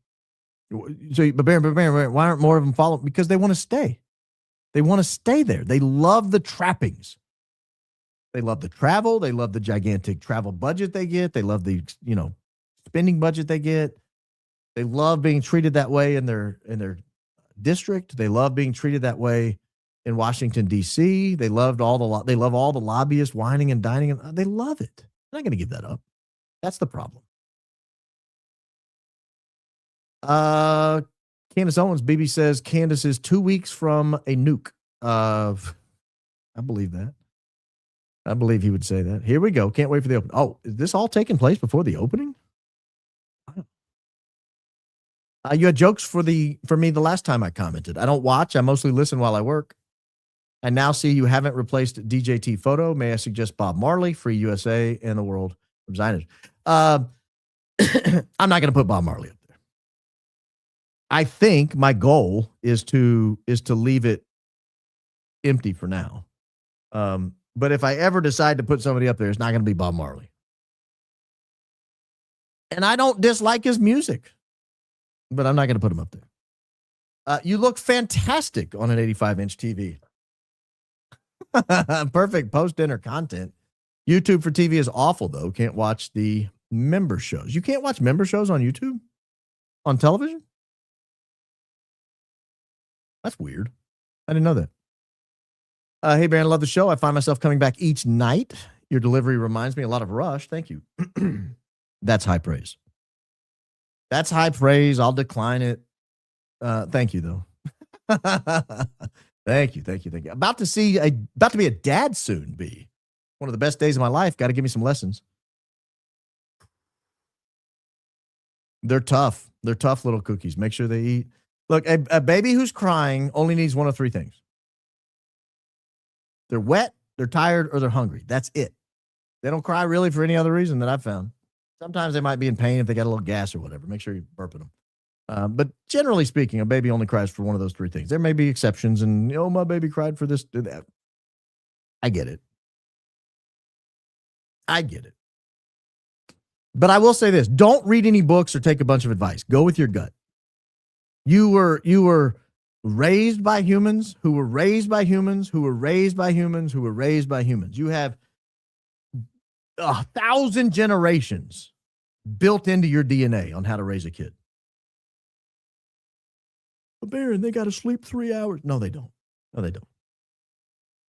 Anyone who wakes a sleeping baby gets what they deserve.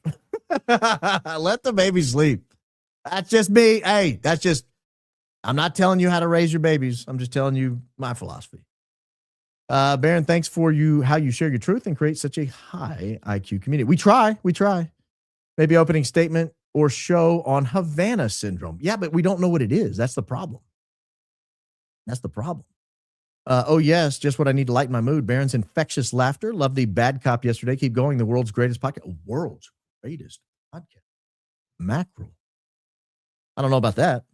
Straight up, you are the only podcaster I easily listen to for all 3 hours, though I have to catch up when behind. I'm all in for the high IQ outfit. Yeah, we have one more little piece of testing we're working out on the payment side, and then we will roll that out as part of a website merch rollout. So stay tuned. It's very close. Thank you for all your work in entertainment, bro, from across the pond. What do you think of the Ferrari Macarena wing? I love you, bro. Jesus loves you. I wish I knew what that meant. I don't know. But Baron, Charlie appeared in CO's dream that everyone betrayed him and told her to look to his left. Symbolically, the wedding ring is one on the left. Ooh, the ultimate betrayal was EK. Yeah, we talked about that. I don't know how to interpret that. I don't know if he meant physical left wing. The wife sits to my left. The wife stands to my left of the wedding. I don't know how to interpret that. That's the problem. Sage green is the correct color today. Sage?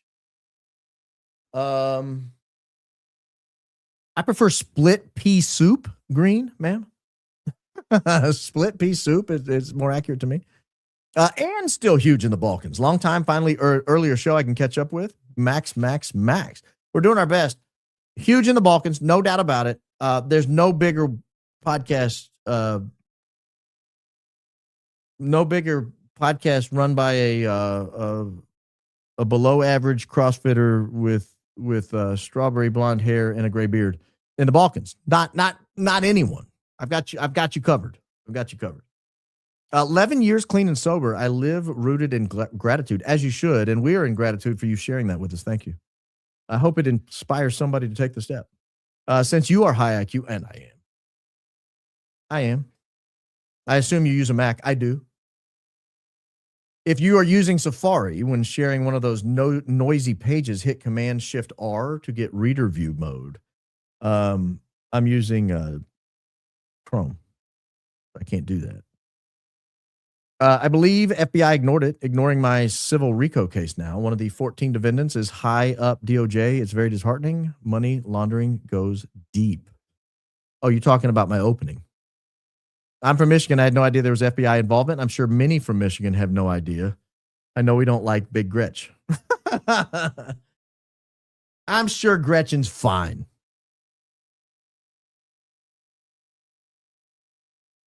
Maybe. That's terrifying to me, though, that your local media lied to you and didn't tell you that part. That's a huge component of this case. And some of the juries weren't allowed to consider it. Don Jr. and Eric Trump in drone biz. Christ is king. I didn't know that. Like civilian hobby drones, or like the type that fly into buildings. We knew nobody wanted to kidnap Stretch and Gretchen from the We can't call her that on this program, man. YouTube wouldn't appreciate that. She is the worst. I can't wait for her reign of terror to end for us Michiganders. Is she still there? I didn't realize she was still your governor. How do you guys vote for Donald Trump and Gretchen Whitmer? How does that happen? I'm confused by that. You need to talk to my friend about her dad. Set up as a patsy and Netflix will air it. Email me, realbaronpodcast@gmail.com. Bless you for being such a good role model for young middle-aged men. When you said Erika got grief-mogged, you got me bad. Thanks for being you. She did get grief-mogged. The whoever arranged the seating at the State of the Union put her next to a woman in genuine grief, and it made Erika look terrible. That is the biggest case of grief-mogging that's ever existed on the planet. Oh, that beautiful bean footage. Time to give Whitney a huge raise, sir. A1 mod out here. Oh. Okay. Report of misconduct against Cash P on September 10. Should I email link? Sure. realbaronpodcast@gmail.com. Gary's right. Honesty and integrity come at a much higher cost, and we, the jury, can do better. Blink repeatedly if you understand the assignment. I get it. Voters have amnesia from COVID. Every blue state was locked down and it would happen again. Freedom is worth voting for, and men used to say dying for. You know what kills me about COVID? They canceled Easter. Like, they canceled Easter. The Christian high holy day, the highest holy day in the Christian calendar, where we celebrate not only God becoming man, but man rising from the dead. Like, that's a big deal. They canceled it. Like, you can't do Easter. And everyone's like, yeah, that's fine. I thought for sure all the Republican governors who canceled Easter, including the elderly, non-sober person in Alabama who canceled Easter, I thought for sure they'd get thrown out of office. No, they voted them right back in. Yeah, you can cancel Easter. We're cool, totally cool with it. Totally cool with it. Huh? Canceled Easter. TPUSA insiders. Anyone have her resume? Curious? I don't know. Only tripped 30 times practicing double unders tonight tips. Yeah, jump higher. Jump higher. You're probably jumping with your hands too far out. Try to keep your elbows in. It's all in the wrist. It's not an elbow and shoulder movement. It's wrist. Try to relax the upper body if you can a little bit. Jump a little higher. Jump high, spin fast. That's how you get them. If you're having trouble with the rhythm, do what we call penguin taps. Jump up and hit your thighs twice each time you're in the air. But however high you're jumping when you're learning them, you need to jump a little higher. Like, you can do single unders at this high. You need to be this high if you're learning double unders. You got to get off the ground. And if you can't get them, do some calf exercise if you can't jump high enough. For what Jesus looks like, check out Ekion's. I don't know who Ekion is. I can't check out the story. Did she not call TB a family friend, meaning she's known Tyler for quite a while? Yeah, we covered that a few episodes ago. You should have been here. You claimed to be a member for 2 months and you didn't know that? Yeah, she did. A family friend introduced us. How do you spin up and run a charity org in Costa Rica and not exceed the $50,000 limit for the 990? Is it a front for something else, tax evasion, or a lie? Yes. In my opinion. Yes. Yes. The answer is yes. Hoodie is olive drab, E5USN Chica. That's what I hear. It's olive drab. I guess you in the Navy wear it as well. NPR IC did interviews today regarding CO's investigation of EK. Nothing new, but we are moving beyond social media. Yes, we've earned exposure, similar feeling to Google Trends recognition. It's amazing to me how Google Trends has changed reporting. What was it I sent? I sent a friend of mine something the other day. I saw another mainstream report on Google Trends. Let me see here. See if I can find it real quick. I know who I sent it to. And I said, we changed the way. Anonymous X users worldwide are discovering their real names are being searched by our greatest ally. Change the way news is being reported.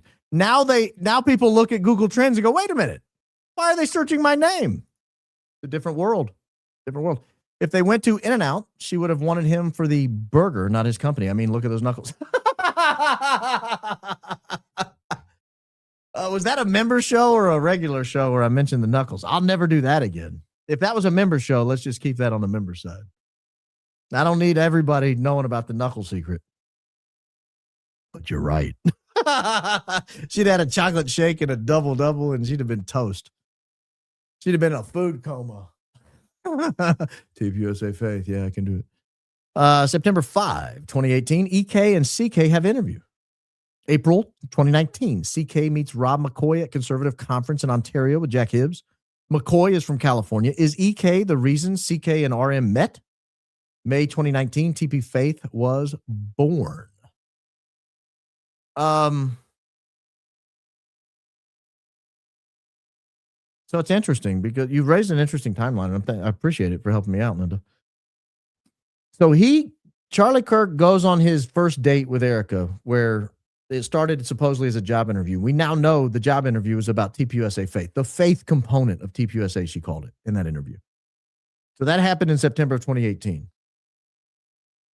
They don't hire anybody. There's no faith component fired up. They make no hire in that arena. 6, 8, 9 months later, they have Rob McCoy and Charlie Kirk run into each other.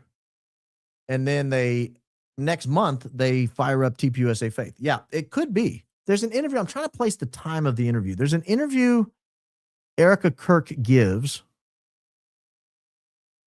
with a Calvary Chapel out of Tucson, Arizona. And I cannot remember the date on it. And I don't know how I would find it that quickly right now. But she gives this interview. And in the interview, they talk about you and Rob McCoy should come down to Tucson. And I thought it was an interesting component because Rob McCoy was really not known as part of Erika Kirk's life at that point, I didn't think. But that's an interesting timeline. Thanks for that timeline. Baron, hold, please. Oh, okay, I'm back. Okay, good. I didn't know how long you wanted me to hold. Our governor is hosting EK this Wednesday at the mansion to share plans to have TPUSA chapters in Arkansas high schools and colleges. Hold, please. I saw that. She's going to meet Mike Huckabee's daughter. He's a piece of work. I don't know how far the apple falls from that tree, but Sarah Huckabee Sanders. At least 10 people said they heard the pop and then saw the impact. That tells you the shot was from under the podium. I don't think there was a shot. I mean, you and I disagree on that. I don't think there was a shot. I don't think it came from under the podium. I don't think he was shot. What would happen is if it's close range like that, you would hear the shot nearly simultaneous with the shirt moving and hitting him in the neck. But I'm telling you, from 142 yards, the bullet's going to arrive before the sound does. That's just That's just a reality. You're going to hear the slap of the bullet in the neck. You're going to see it, and then you're going to hear the boom. Baron von Coleman. I've been elevated to a von. Is that like a nobility title? What is a von? Hold, please. Von in German. Is that a masculine moniker of German origin? It's just a prefix. Von Stein or von Trapp. Often used to indicate noble familial ties. Yes, I'll allow it. I will allow it. Baron von Coleman it is. While we were watching Candace, my husband asked me what time Baron was on. It's like asking what's for dinner while having lunch. Don't tell her that. Candace, she's kidding. It was a joke. It's an inside thing. You wouldn't understand. Yeah, don't be saying that out loud. But thank you. Thank you, Mr. Apples. Thank you. I love that Republicans are losing Texas. Time for them to realize that America First doesn't care about party lines. If you fail, you're gone. I'm so torn on that issue. I mean, I tend to agree with you, but it's a little bit like some sects of Christianity describe the rapture. It's like 4 years of hell. Like the world's burning, people are starving to death. Demons are attacking, hordes are just taking over. That's kind of what it feels like, and it's hard mentally to prepare for that. Please read 2 Corinthians 11, 10, 16. 2 Corinthians 11, 10, 16. We go to the big Bible for this one, ladies and gentlemen. The big Bible. Why am I reading this? You didn't tell me why. You just said it's on point. A little context would be nice. It relates to blah, blah, blah. Where is second? Oh, ran right to it. 2 Corinthians 11. 10 to 16, that's too much. Yeah, so this is saying the morons think they're smart. Or that was 1 Corinthians. You said 2 Corinthians. And just close the Bible. And we'll get it here. So, was that it? Yeah, that was it. 2 Corinthians. Morons. Did you watch his interview he did on Gary's show not long after? Oh, you talking about Henry Dell's? Yeah, we watched him. Yeah, we watched it. I played it. Played a clip of it. You must have put that before I did that. Just like at 9/11, George Bush was with these school children as the plane struck the buildings. The children were repeating steel building plane.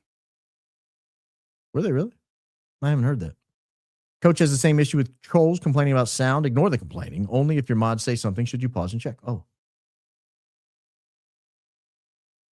I was told put my phone where it can be heard. Or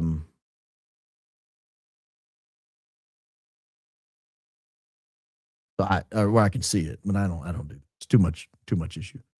I agree with you though. My wife made that. My wife is so astute. I got to get her on a show. I think we're going to do a member show. I tried to talk her into it last night. She said hard no, but I can work my magic. But I'd like to get her on a member show. But she was so astute. She said last night, she's like, you've got to stop listening to these trolls talking about sound. They're just trying to throw you off your game. They're trying to disrupt the program, make you self-conscious. Sounds fine. Okay. That's good. It might be because she can hear me through these paper thin walls. I missed much of this today, but wanted to ask if you think the Kozak effort to carry the rifle shot narrative was the result of him and a few others being a CP patsy too. Yeah, this is a great comment. 13 ball. I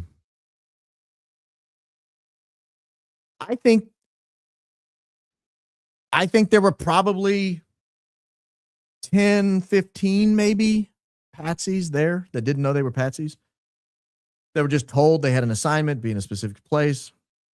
Probably why so many people seem to be dressed pretty similarly. And that they could pull from that group, pull from that pool anytime they wanted to. Did you guys catch the alliteration in the opening, by the way? I had 4 B words in a row. That was on purpose. But they could pull from the pool of patsies, the one they needed. If you're going to run a patsy op, you can't just have one. What if he gets a flat tire? What if he falls and sprains his ankle? What if he backs out? I mean, he's a patsy. What if he decides he's going to go do something else? Like he starts jonesing for a KFC chicken sandwich or something. You know, I mean, like, you can't count on patsies to be where you need him to be when you need him to be there. You need backup patsies, and you need backups to the backups. It's like a will, right? You've got your executor, but you got to have a backup. And what if the backup doesn't want to serve? You got to have a backup to the backup. So you can't just count on one patsy being in the right place at the right time, doing the right thing. I think there were probably several. Just told my mom about the baby situation. She's freaking out in the best way possible. It's going to be a long night. You don't know long nights, sir. You haven't had a baby yet. They get longer. I promise. I have 8 of them. Some longer than others. I had a couple that slept really well, actually, from the beginning. We amazingly ran into Henry while in the Balkans. We grabbed some gelato. Crazy. Mrs. Bear Kicker and I love your show. May God continue to bless you. You ran into Henry Dells in the Balkans? Is that what you just told me? Is that the Henry you're talking about? Because that's crazy if that's true. Trump appoints EK to Air Force Academy Board. The country is sunk. How could anyone think this is a good idea? Did he really? Edge is pretty sharp. She would know. Trump, Erika, Kirk, Air Force. He did 4 hours ago. Trump appoints Erika Kirk to Air Force Academy Board. Are you serial? Hold on. You guys got to see this. President Donald Trump has appointed Erika Kirk, the widow of conservative activist Charlie Kirk, to fill a seat on the Air Force Academy's Board of Visitors. Charlie Kirk, the founder of conservative group Turning Point USA, was a member of the Board of Visitors and attended a meeting before his assassination in September. His wife, Erika Kirk, has taken over as CEO of Turning Point USA since his death. The group says it has more than 800 chapters on college campuses nationwide. It also hosted the alternative halftime show during the Super Bowl featuring Kid Rock. All right, so what does she do? She's one of 16 members responsible for making recommendations to the Secretary of Defense about changes at the Air Force Academy. Coach Tubbs is on there? How about that? Pfluger? That's a real name? Pfluger? Is that really a name? Pfluger? That's crazy. I think I would change that. No offense to the Pflugers watching. I guess by numbers, I shouldn't say stuff like that. There's probably a Pfluger.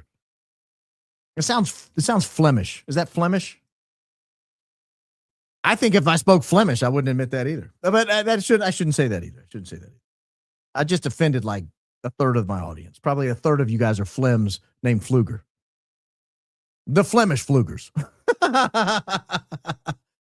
Yeah. Oh, that's weird though. Air Force Board of Visitors. Apparently he thought it was a good idea. EK has liarrhea of the mouth. Yeah. That's disgusting. St. Michael the Archangel, defend us in battle, be our protection against the wickedness and snares of the devil. May God rebuke him, we humbly pray. And do thou, O Prince of the heavenly host, by the power of God, cast into hell Satan and all the evil spirits who prowl throughout the world seeking the ruin of souls. Thank you, Kennedy. And we say that every night here at Club Coleman. Now add in the hand signals with Meta Neural wristbands, a 6-inch cylinder with an electric primer. 5728 under the podium, and all the pieces fit. No, there was no gunshot under the podium. There was no podium. He was sitting at a table. He was sitting on a table, basically. Daisy in the chat. What is it we need to know, Daisy? Oh my gosh. I did not mean to abruptly join I got you muted. right here. Sorry, go ahead. I did not mean to join in like this. Oh, I was gonna private chat you. Oh, well, so you can escort me away from here. Say bye, Daisy. Bye, y'all. She lives. Someone on Twitter was like, I don't think Daisy's real. I'm like, she's been on the member shows multiple times. But she's going to be private chatting me. So apparently there's information I need. Yeah, that one. Cub Keller, who Jason Goodman interviewed, said it sounded like it came from the speaker near the tent. I think that's probably more accurate. Probably sounds like it came from the speaker because it came through the speaker. Because he had a microphone on him. Dang King, did the Queen hit us with a psych nuke today or what? Blessings to all. Love the way Candace and you think. Let's go, Max. Did she hit us with a psych nuke? Baron, do you think if ignorant actors were hired on 910 to show up, they would have gone public by now, and who hired them? They might not know, and they might be, A, they might be terrified. B, they might be bribed because of illicit criminal activity.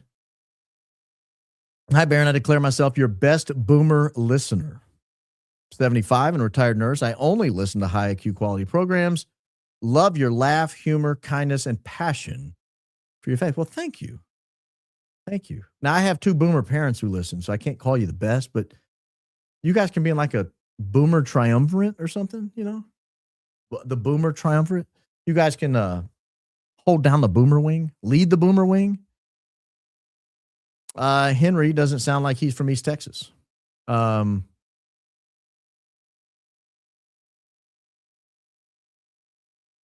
that's interesting. Yeah,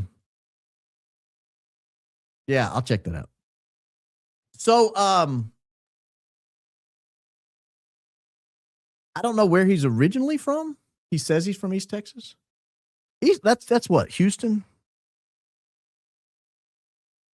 Is that Houston? Is that Houston, East Texas? Longview, Texas? Yes. There's a place. There's a place called Longview. Where am I? Oh, here I am. Baron, this is for Gary. Yes. Did EK use her fake college degrees on her resume for TPUSA? And did Charlie see those in the interview? Did she start her relationship off on a lie? Yet she was being interviewed for a faith position? Oh, that's a great question. Maybe he had already scouted her out and knew what her academic background was. He takes one look at her resume and thinks, I can't have her in a faith position. You want to go on a date? We can make out. Hang on just a second. Someone told me, Daisy told me, to check Erika Kirk's Instagram because she has something up there. Am I not blocked by now? Oh, she may not know my name in the Instagram. And that it talks about why she left pageant life. So let me share the screen. We shall watch together, ladies and gentlemen.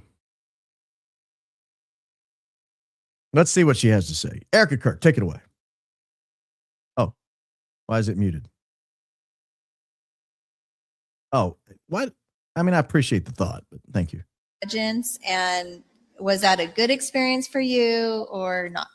We talked about this. It was one of those moments where I really understood what it meant to just fall to the ground and tear your clothes and just say, I don't want anything to do with this anymore. I don't want the fake, the fame that comes with it. I don't want the pride. Oh my gosh, I don't want the pride. I just prayed. I said, Lord, just strip all of this away from me. Take all of it. Finally, where I was starting to feel like I was healing from just being torn from who I thought I was supposed to be, from who God was trying to have me become. And it was just this weird tug of war. And she just looked at me and she's like, you can no longer chase paper and glitter. She was like, the road of righteousness will always wind upward. And that's the road that you're going to have to be on. And for me, I had never compromised after that. And so even to this day, it doesn't matter what, people, it's funny, people will come up to me when they see Charlie taking photos on stage and they say, doesn't that bother you? Or is it weird that they ask for his photo or his autograph? And I'm like, no, he knows how to handle that beautifully because he's humble and he's a man of God and he reflects that in every way. And I have seen if you don't handle that platform properly, I've seen what it can do to young women that think they need their lips bigger, their hair bigger, their teeth whiter. Like, I've seen what happens when you don't keep God and Jesus as your focus, when you are put on a specific platform.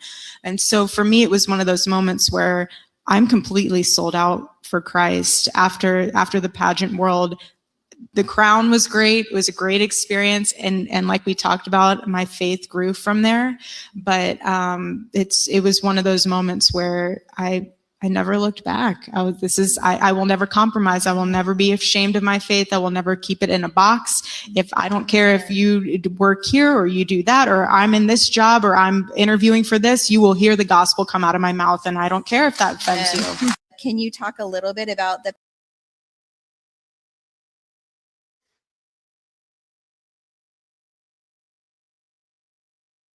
She doesn't want the glitter. I think she watches Coach. I swear she watches Coach. Now, I do have one thing I got to say in response to that. Erika, you literally walked out on the stage in this suit to fireworks indoors right after your husband died.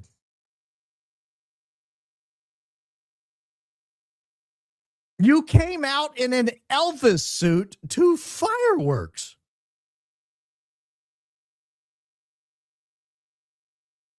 But she doesn't want the glitter, guys. She doesn't want the glitter. She doesn't want the glitter. Who among us? I can't argue with that. I can't argue with that reality. That's just, golly. All right, back to business. Remember when Harpole said he could hear it hitting Charlie's skin? Yeah, but that would mean we have to believe something Brian Harpole said. And I'm not sure that's something we can do. Speaking of audio, there's an officer post-event that taps and speaks into CK's mic. There was no audio. Have you seen the video? I don't know if power was turned off by then or if Mike theory is correct. I think that was the guest mic, but yeah, I have seen that. That was on the Life is Driving video. I think that was the guest mic he was tapping on. I'm not 100% sure. Also, raw meat hoodie should now be known as Baron Blush or Berry Baron. No, it's hamburger meat hoodie. Acceptable would also be bean paste, kidney bean colored, prime rib rare red. All those are acceptable. Also, EK has Liaria of the mouth. I can't take credit. I borrowed that from Reba. The hoodie names are all me. Well, thank you. First time I've heard a former Special Forces, current GC, purposely draw attention. I suspect he's taking money to market his tactical performance biz. He's taking money directly from the government on September 29th of last year. 19 days after Charlie Kirk died, he took $190,000. It came from Rick Cutler. No, it did not. Stop it. Hunter saying Firecracker had to be a mental slip. Yeah, maybe. I've started to re-listen to your programs. Oh, that's you. I can then break down the case for those who ask. Love the podcast. Love your passion for faith. God bless you and your family. Well, thank you. Thank you. I appreciate that. Anyone remember the volunteers at the tent on top of the steps? One volunteer said, I can't even remember how many shootings I've been in. What? No, I don't remember that. That's crazy. That's absolutely crazy. Don't mess with Texas. Isn't that what George W. Bush used to say? Don't mess with Texas. He was like a redneck Sean Connery. Don't mess with Texas. Conservative from Texas here. Tallarico has my vote. I don't know anything about him. I just heard the name. Literally, I've never even seen a picture of him. Confused by Candace saying Charlie was sacrificed in a pentagram pentagon. The highlighted area looks more like a menorah to me. P.S. Catholics, Jews, Mormons are good base, have been hijacked at times. I mean, it looks like home plate. The courtyard where he was talking, and I guess you could describe that as a Pentagon. Maybe the volunteers were there for programming, witnesses recall. Ooh, good take.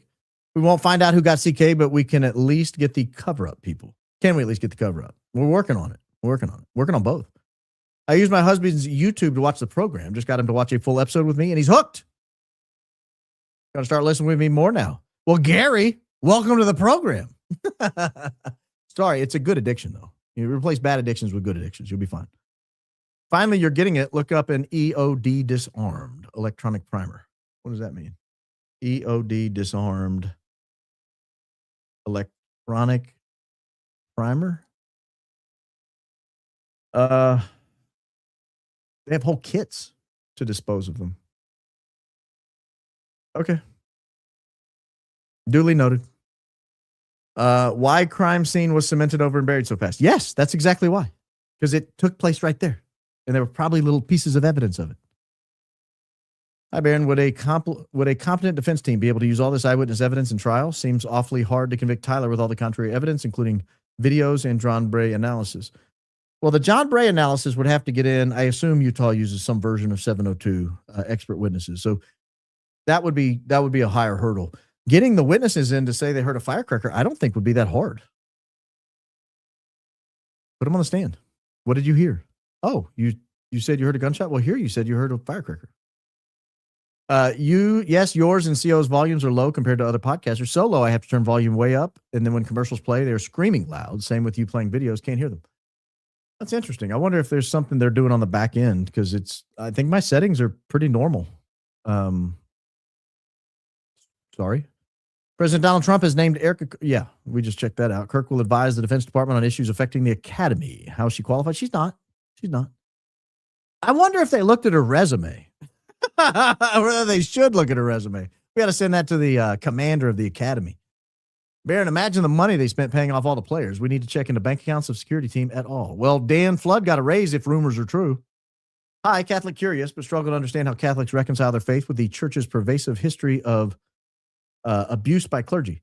The same way Baptists do, same way Presbyterians do. It's not a Catholic issue. It's a human issue. I've said this before. In my first few years of practicing law, I worked at a private firm, and one of the companies, we represented insurance companies. And one of the insurance companies we represented was an insurance company to largely Baptist and some Presbyterian churches. And they had, we had 50 something active cases at one time in the state at a time when there were no allegations publicly that I was aware of any Catholic incidents in the state. I mean, it's just, the Catholic Church obviously got roasted as they should have. Anytime people harm children, it's a bad thing and they should be called out and identified and removed. But it's not unique. It happens to school teachers. I mean, school happens at a much higher rate with school teachers on a per capita basis. So that's how I reconcile it. Where are you going to go? Satan? Hey, Baron, have you watched Hannah TV series on Prime? EK and her background fit perfect. I've not. I don't know anything about it. The video seconds after Charlie went down is 5 feet away from where I was standing. My video is almost identical to this. Wow, that was weird seeing my point of view on Baron's show. Helba Shabalaba Ding Dong. I didn't know you were there. That's weird. You were back by the Losi Center, Helga? Will you send me an email and tell me what you recall hearing? Did you hear a gunshot from right behind you? I think that's the video you're talking about. Send me an email, maybe even the video. I'd love to see it. But if you have a video. But yeah, email me at realbaronpodcast@gmail.com. I'd like to hear from you. No surprises about EK's appointment to USAFA's Board of Visitors. All academies are as bought as Congress. I had video from the walkway above the tent, looking down on the tent a few minutes after the Big Bang. Could you send it to me? realbaronpodcast@gmail.com, and we can. Oh, that's you, Helga. Yeah, let's talk. Email me, would you please? But Baron, is it more vital to solve the CK's mystery, beat Zenism, or both? I ask you because aren't they the same thing? I ask you because a Nobel economist gave a big, easy legal tip. It lets RBP fans beat it in one fun 2026 step. If interested, I'll email so you can review it. You guys don't have to ask me if I'm interested about something. If you think it's something I might be interested in, email it, but send everything you got. Don't send me a tip and say, if you want more, I'll tell you. Just send it. That way it cuts down on the transit time. I'm dealing with someone now who said a bunch of cool stuff in an email, a bunch of really cool stuff. If it's proven true, it's devastating. I mean, it's groundbreaking. And I emailed back, and then it was like 5 days before I heard back from the press. I was like, hey, do you have any documentation to back up any of your claims? And I got an email back 5 days later that said, well, I'm working on it. You should have waited till you had it, then email me. That cuts down the time back and forth. Hey, Baron, this comment is from someone in the chat. Nico Dulit said that the sound came through the speakers from Charlie's microphone.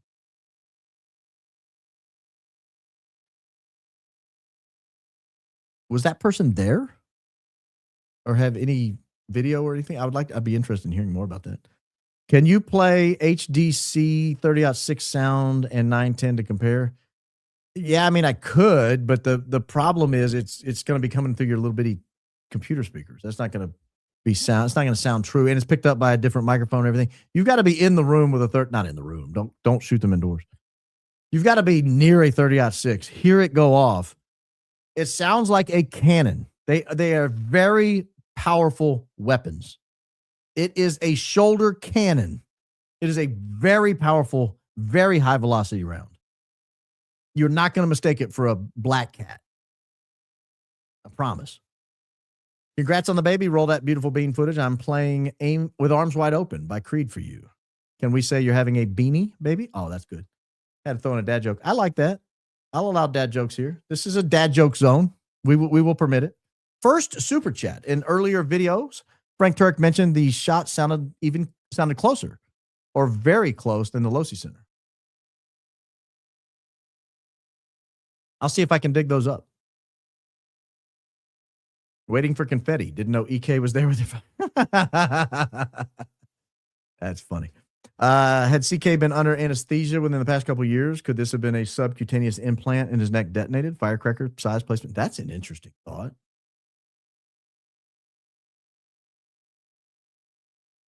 What would the primer be? How would it?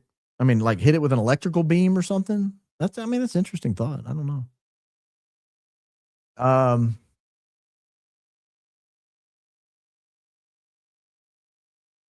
mean, I don't rule anything out. I hadn't considered it. I have to put my head to that one. Finally, look up EOD disarmor, electrically fried. EOD disarmor. I don't know what all that means. I know what an ERD is. An EOD, excuse me. Yeah, I don't know what that means. That looks like a big chunk of equipment. I don't know. But thank you. It's obvious the trans question is a little too on the nose to believe, but given the number of Mormons that surrounded Charlie, I'm wondering if the Mormon question was an accidental either. Yeah, get him on the record and then take him out. Hi, Baron and the high IQ jury joining late. The deep state propaganda is hopefully cracking in many places, but no doubt we still need to do a Joe on a lot more people, starting with the MSM, as via what's in the book. Not a rant. I mean, a lot of people could benefit from logic. I think if you have kids, give them a logic course. You know, if you homeschool your kids, is a great opportunity. But even if you don't homeschool, make it summer reading. Make them understand how to think. More important than anything else they're going to do. More important than playing an extra season of travel ball, I promise. Is TPUSA laughing at us by the fireworks at the tribute with Erika coming out? Fireworks seem to be the theme. That's a good point. With all this great detective work, how do we get the authorities to investigate this? Because it feels like they never will. Great work, Baron. Yeah, I don't know. The modus operandi of whoever unalived CK fireworks and waiting for confetti, that's what happens when EK is involved in the planning. Yeah. The fireworks is a little too on the nose also. If we're talking about the question Hunter was asking was a little too on the nose, how about coming out to fireworks? You're preaching to the choir, son. Well, I mean, isn't everybody? Ultimately. I don't trust Jason from Vid. He was right up front near BH and didn't run. He came around the barricade and took pictures of the scene. Sus. I wasn't going to say that, but he didn't even budge. He was sitting up on a rail. If we're talking about the same guy, he was wearing a red MAGA hat, bigger fella, if that's who you're talking about. He hears the bang and doesn't move. He just watches. It was weird. If we're talking about the same guy. Watching you, my heart gets heavier and heavier, seeing the level of betrayal by the people CK loved. Yeah, that's the story. He was betrayed. That's the story. And things we've learned, the Fed slop, the lies from TP, Iran, our best friends. There's so many dirty deeds. Who did this plan start with? And who did they bring on board and why or how? Thoughts? I believe it's satanic. I believe it's demonic. All of it. Everything you just mentioned, the Fed slop, the lies from Turning Point, what's going on in Iran, all of it.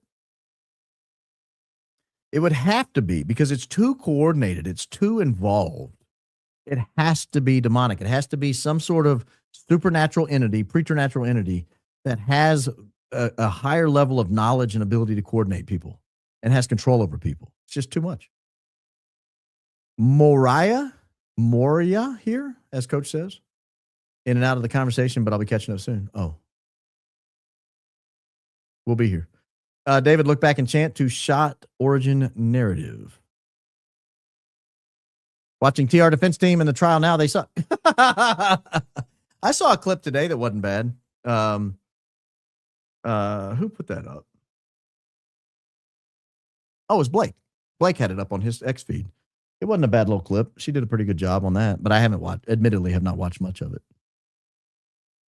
John J. just posted on X about sound attributed to the battery pack was wrong. The sound is from a 30 cal gas jet expelled through ball is tick gel. Mentions via undercover parkway. I don't know what that means. I'll check it out. But I don't know what all that means. Baron, keep going. When I first saw the original video, at first thing I thought that is not a rifle round. Sounded more like a 22 with echo, but nothing but lies. I think you tend to be right. From our friends of the Grumblers. My friend was in the OR when CK arrived. He said it was a gunshot. However, if they possibly broke his neck in the SUV, would they have shot him too? Now I need to find out who this is. Your friend did a thorough enough examination on an emergent case in the OR to know what the wound was? I don't buy that. Did you stop investigating Butler, PA for the same reason President Trump attacked Iran? No. Keep putting out intellectually honest content, whether it matches our narrative or not. No, that's not why. That's not why at all. How could Kozak say he saw the bullet? Yeah, that's a little weird. Baron, God bless you and your family. You've devoted yourself to an important thing, truth. It seems simple, but in times like these, we need more. We need it more than ever. You give me hope for my kids' generation. Well, thank you. Am I your kids' generation? Baron, newly single mom of 5. My kids know how much I love you and are hoping to get a shout out from you. Could you say hi to, here we go. We got a long line of them. Jalen, Dexter, Adelaide, Paisley, and Roman. Yes. Hi, children. Be easy on your mom. You've helped me much. I'm glad I could help. Glad I could be of service. Jeb Jacobi sounds exactly like Trump's female pastor. Thank you for all your hard work and dedication. Jesus loves us. I'll admit I'm a little weirded out by Paula White. I think I can safely admit that. We're among friends. We're among friends here. I'm a little weirded out, if I'm being honest. Oh, hold on. Detonated implant has never just been one bullet. Hand mic picked up the lapel mic.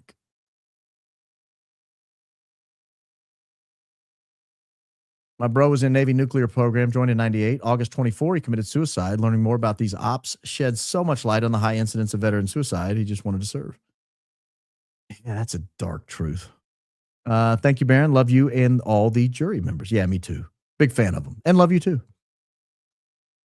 Baron listened through last night's Supers this morning and was delighted by your psych reference. What's your favorite episode or funny moment? I don't know. I haven't watched a ton of them. My family is eaten up with Psych. They've all watched them multiple times. Older kids, wife, big Psych fans. I just kind of pick up as I'm walking through the room. Keep going, Max mods. Y'all are great. Yeah, we get the best mods in the business. As a Michigander, I can't read the next clause. I'll call her Stretch and Gretchen, but I'm not going to say someone should do that to her. As she's known here, Candace was on fire tonight. Keep up the good work, man. I'm trying. Wow, look at that. 5 new members.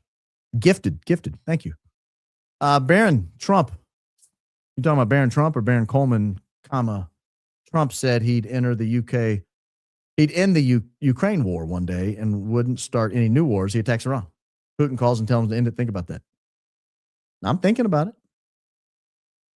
Done.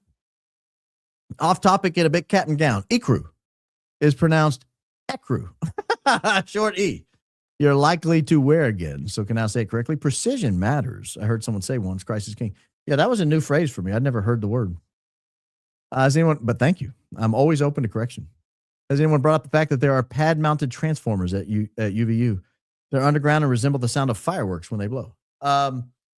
No, but what's interesting about that is if you look at their infrastructure improvement plan, there was a plan to replace the transformers in the upcoming budget. So the fact that you mentioned that is crazy. Those transformers are being replaced. There was a plan to replace them.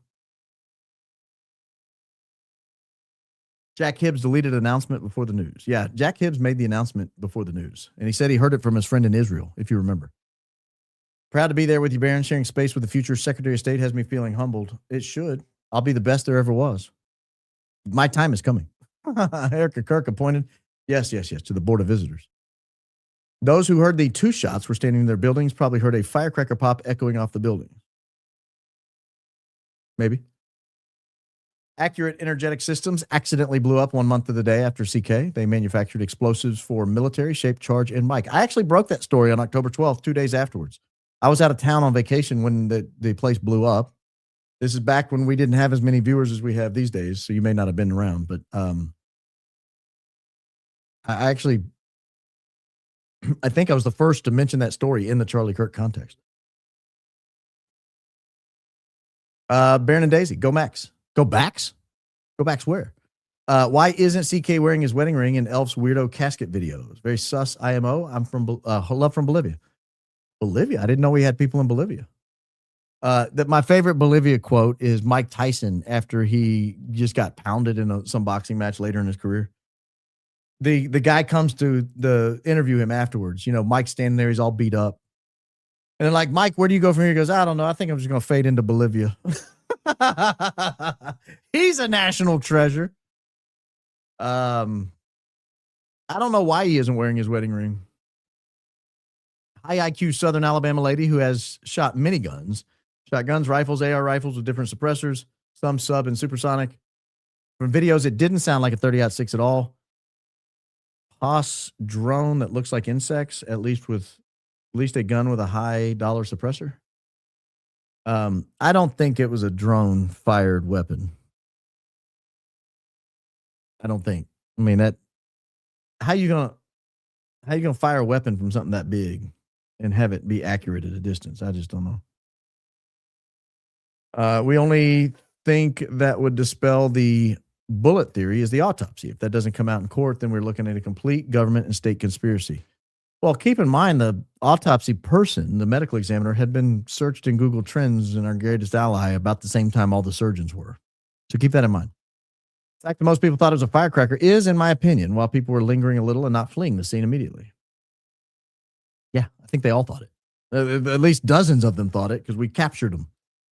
Hey, Baron, a great movie regarding Patsy's is Arlington Road. I've never seen it mentioned, but thought it was excellent. FYI, keep up the outstanding work. Duly noted. Thank you.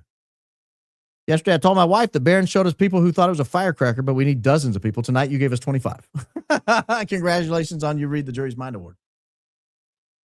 Yes, I agree. Thank you. That's trigger smart. Hey, everyone, no one knows exactly what happened. It's process of elimination, which is what Baron and others are doing. Hit that like. Yes, thank you, Trigger Smart. And if you don't follow Trigger Smart as well, you should go over there and get him a sub. He's great. In my opinion, Wolves Finance is now intentionally giving misdirection and misinformation. Guys like him now get a push by bought for influencers, unlike real work that by John Bray and you, they are bought. Take with a grain of salt. Be on guard, my peeps. I got to be careful here. I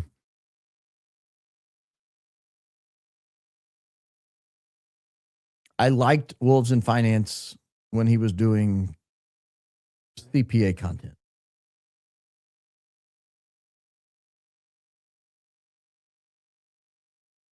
And thank you for that generosity. I have proof that shows Charlie's head of security lied on the Sean Ryan show. Indisputable. I told Jesse on fire to email it to him. I'll CC you too. Yeah, thanks. I think we know that, but if you picked up a line that I didn't catch, I'll be happy to look at it. Baron, Erika supposedly met Charlie at a job interview. Turns out it was a job interview for him. Continue to go, Max Christ is king. Oh, you're saying it was a job interview to be his handler? Since we do not know the how, but we know their narrative, I always keep in mind that they had to shoot a stray round in order for there to have been a sound of a gunshot. Yeah, I mean, I've entertained the narrative that they shot a blank. I don't think they would just fire a stray round somewhere. I've heard the back of the trunk theory, but I don't know that I buy that. If you've been around deer hunters at all, you would have known hour one. That was not a 30-06. Yeah, correct. 100% you would know that. Christ is in our midst. Oh, be on your best behavior.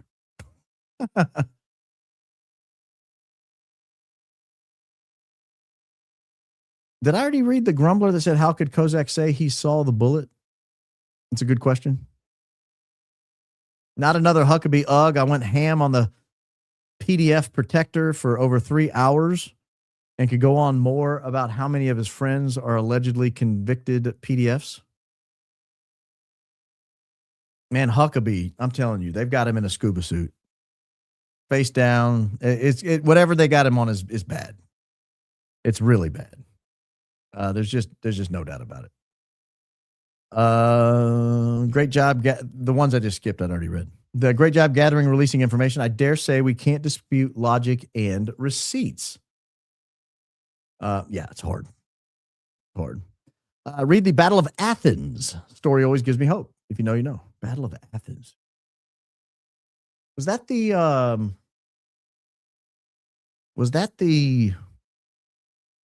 which one was the battle? Was that the hold on.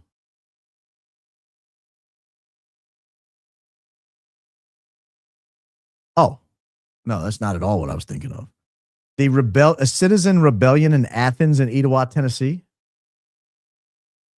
against the corrupt local government took place August 1 and 2, 1946. The citizens, including some World War II veterans, accused local officials of predatory policing, police brutality, political corruption, and voter intimidation. I don't know what happened, but the people are armed in the picture. That's interesting. I hadn't heard of that. Sounds dangerous. Baron. Would love to see you completely lose it again. Go Joe Max. Also love yellow, red, bone, bean paste, and sage green and Tilly. Yeah, Tilly was a big fan of being on the program. She was telling me all about it last night, how she's now famous. And I'm like, come on, you calm down. But she just went on and on.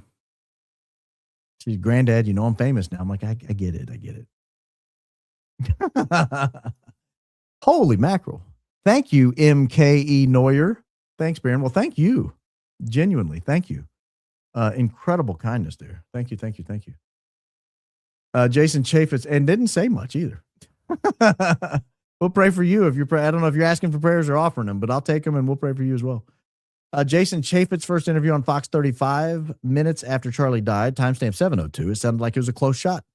He was shaken and too early to be succumbed by the propaganda. I remembered him saying that in the moment. I'll have to check that out. That's interesting. Watching from Scotland with Sean Connery. Is he still alive? That's the only Scott I know of.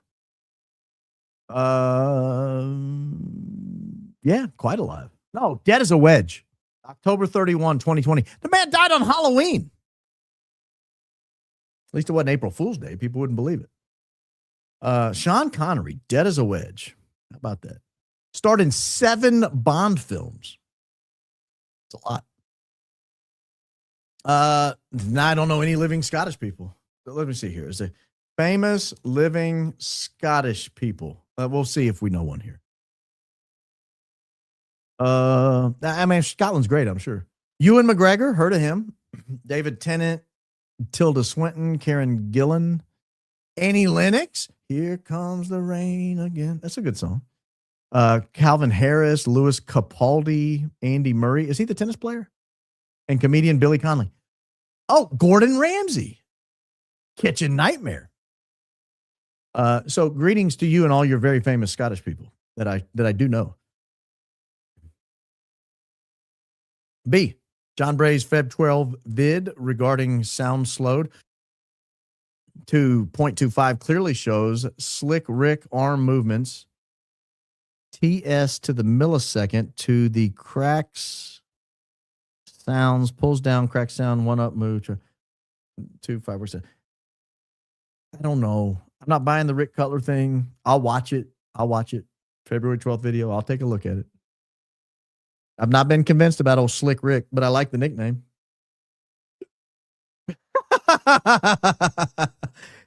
Ben's hiding his miniature horse in those browse. He might be feeding those browse to his miniature horse.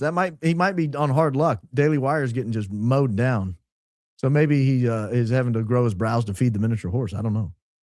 Baron, I stopped at UVU Orem, Utah on Saturday. So surreal and worth it. Met couple ready to join high IQ outfit with my encouragement. We're all supporters. Oh, I hope they joined us. Good afternoon from Orem, or to Orem. Thank you. And I do intend to visit the campus in the near future. Regarding COS might be the only way or part of an approach. Patriots need a run on both sides. The Convention of States.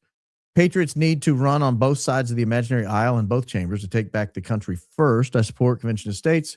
Could be one of the people in the room. Huge focus. The problem with like an America First conservative running as a Democrat is they'll just get slaughtered in the primaries. So that's not going to happen. Please Google search 2 New York men that threw IUDs. Patsy? Like the birth control?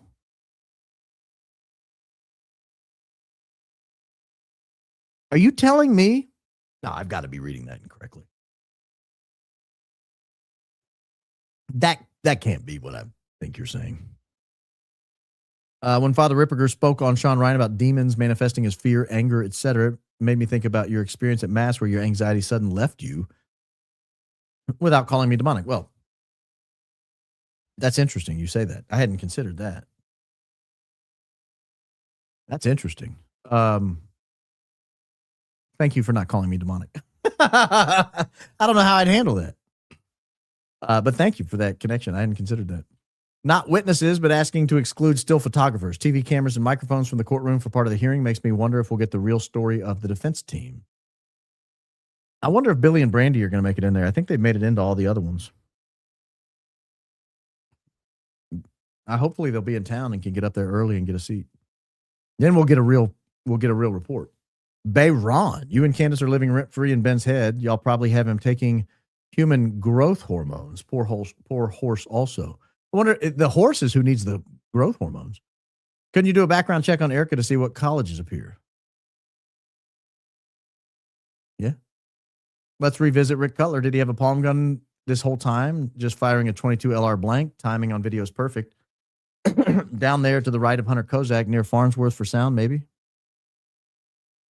No, I think the people around him would be like, holy mackerel, the guy right next to me fired a weapon. I just don't think you could hide that from the people immediately adjacent to him. Thank you. New pick idea for wall, Billy Shears. If you know, you know. By the way, thanks for reading my good girl message. TBD. Oh, so I was right. You were talking to somebody through the program, you sly dog. All right, girl, good girl, give him a chance. Go back running with scissors. Call him. Billy Shears.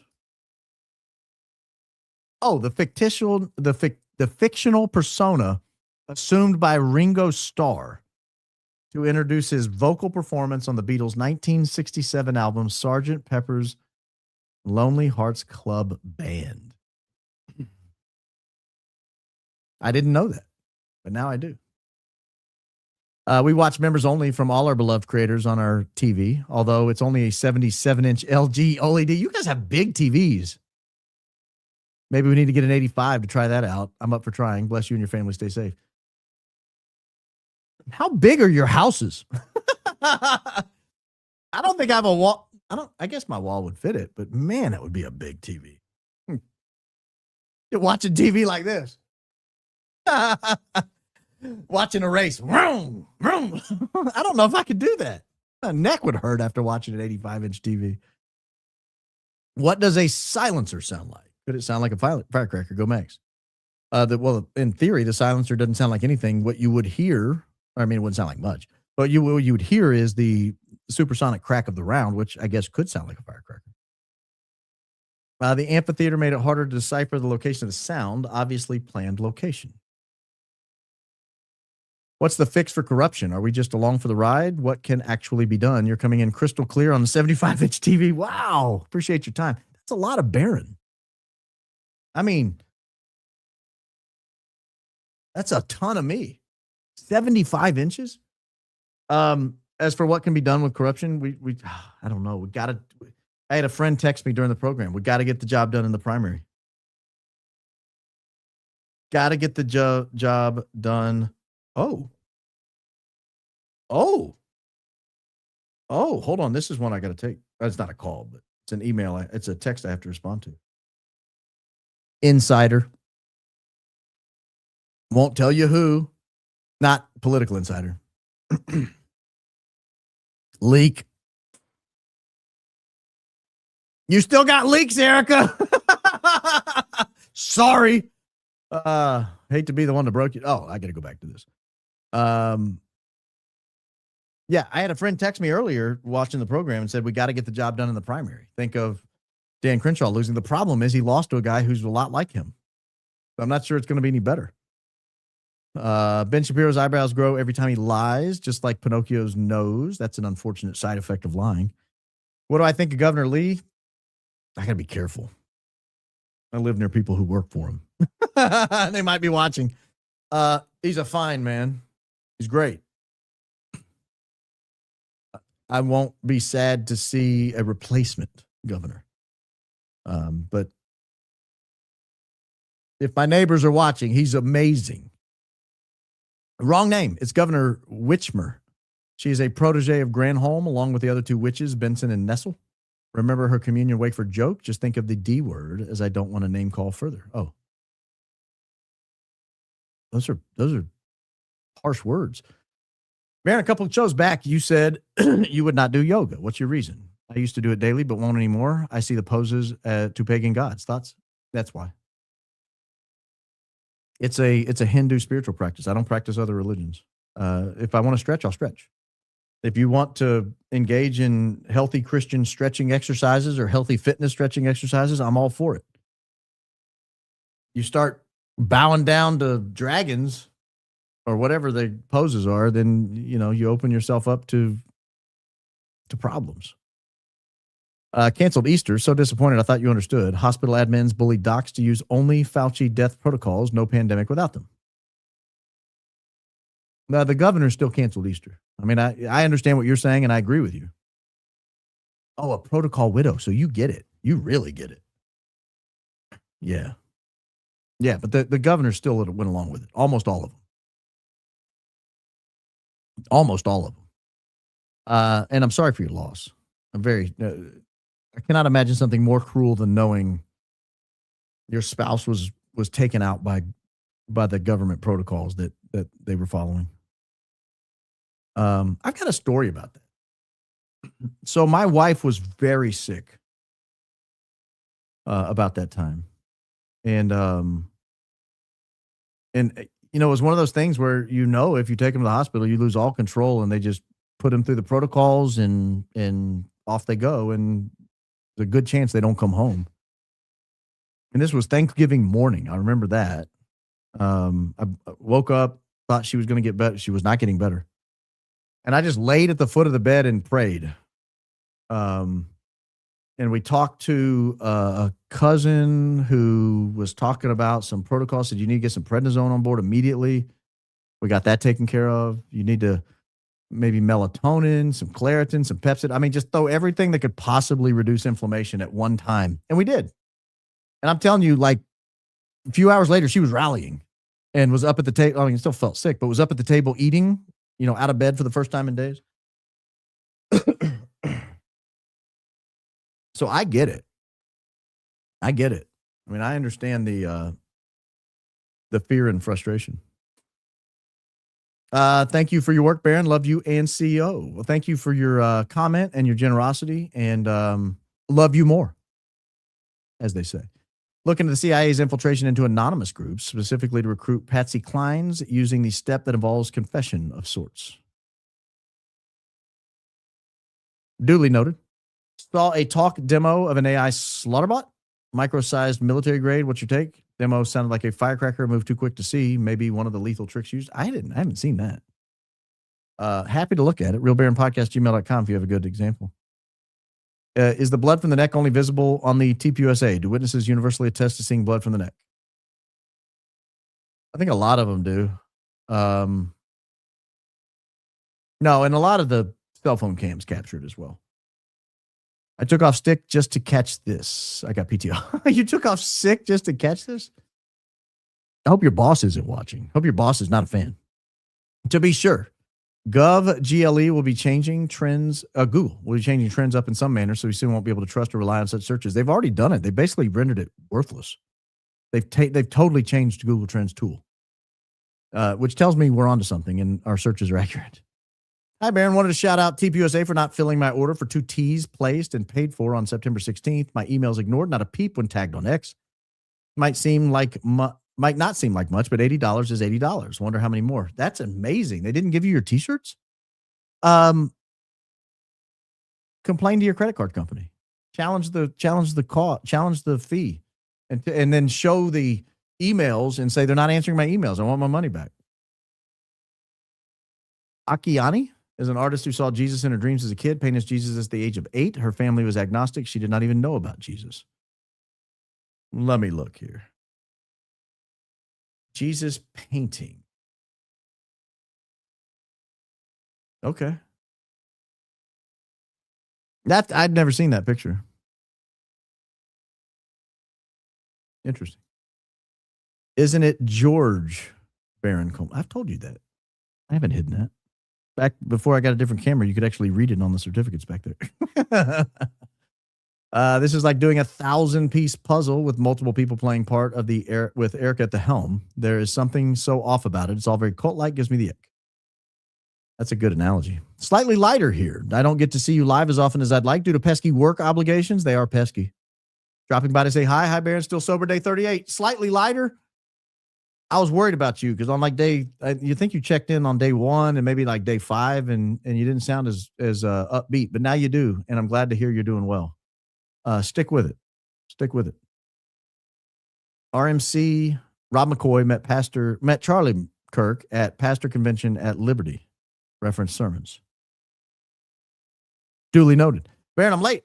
Do we know more about the girl with a handgun seen in video after the shot? You may have covered this already. Christ is King. I don't know any more about her. We did cover it on the show months ago.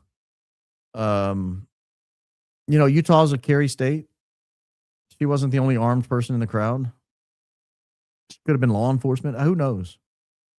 I don't think he was shot by a handgun. So I'm not that worried about it. Trump better send his kids and grandkids first. Boots on the ground before any of our children, U.S. troops. Trump first. Too late. People are already coming back in boxes. I do think the knuckle comment was a members live. And now I look at my knuckles in an entirely different way. Thanks. Oh, Kathy. I'm so sorry. I shouldn't have said that. But I mean, I do say the truth a lot. I don't know. Now you got all these people wondering what the hell I'm talking about. Oral hair treatment meds can cause increased eyebrow growth. Little Benny is probably paranoid about balding. I don't know why he would be. He wears a kippah. You can't see a male. I mean, one could argue that's a nice religious tradition designed to cover that problem. That's funny. John Bray's latest X post. What? Things. I don't know what your emojis are. They look like yellow circles to me. Let me look them up. See what it is. Let's see here. I don't. It's John Aaron Bray. Let's see here. John Bray, latest X post 2 hours ago. We'll read it together. I don't want to hide it from you. I wouldn't do that. The 4940 hertz mystery solved. I originally attributed it to the road battery. I was wrong. The Struhall equation tells us exactly what makes that sound. F equals 0.2 times 188 meters per second divided by 7.62 meters equals 4940 hertz. That's a gas jet venting through a 30 caliber bullet hole in ballistic gel at Mach 0.55. A van was parked under the covered walkway 5 meters from Charlie. TDOA multilateration using 6 cell phone recordings and GPS verified positions pinpoints the 4940 hertz source to 3.3 meters from that van. Residual bunch of zeros 2.4. The closest camera shows cavitation collapse pulses every 5.4. Milliseconds, exactly what ballistic gel does when a rifle round hits it. Not a battery venting from a runaway failure. A 30 cal round hitting a gel block in a concealed vehicle. 5 acoustic signatures, 5 different sources, 1 coordinated event. I'd have to look at that, but it sounds intriguing. I'm going to leave it pulled up and look at it after the show. Look, I'm always open to new information. That would be a fascinating development, but I don't know. Thank you for pointing me to it, though. Subsonic ammunition is designed to travel below the speed of sound, typically less than 1,125 feet per second, eliminating the loud sonic crack for a quieter, low recoil experience ideal for suppressed shooting. The problem is they also drop at a tremendous rate. And at 142 yards, I think some subsonic rounds drop like feet, several feet. And so you would have to be some kind of expert marksman to pull that off. If that's what you're suggesting. Roll that beautiful bean footage. I'm excited and equally scared out of my mind. You should be. It's a very natural reaction to becoming a parent. Wow. TJ. Unbelievable.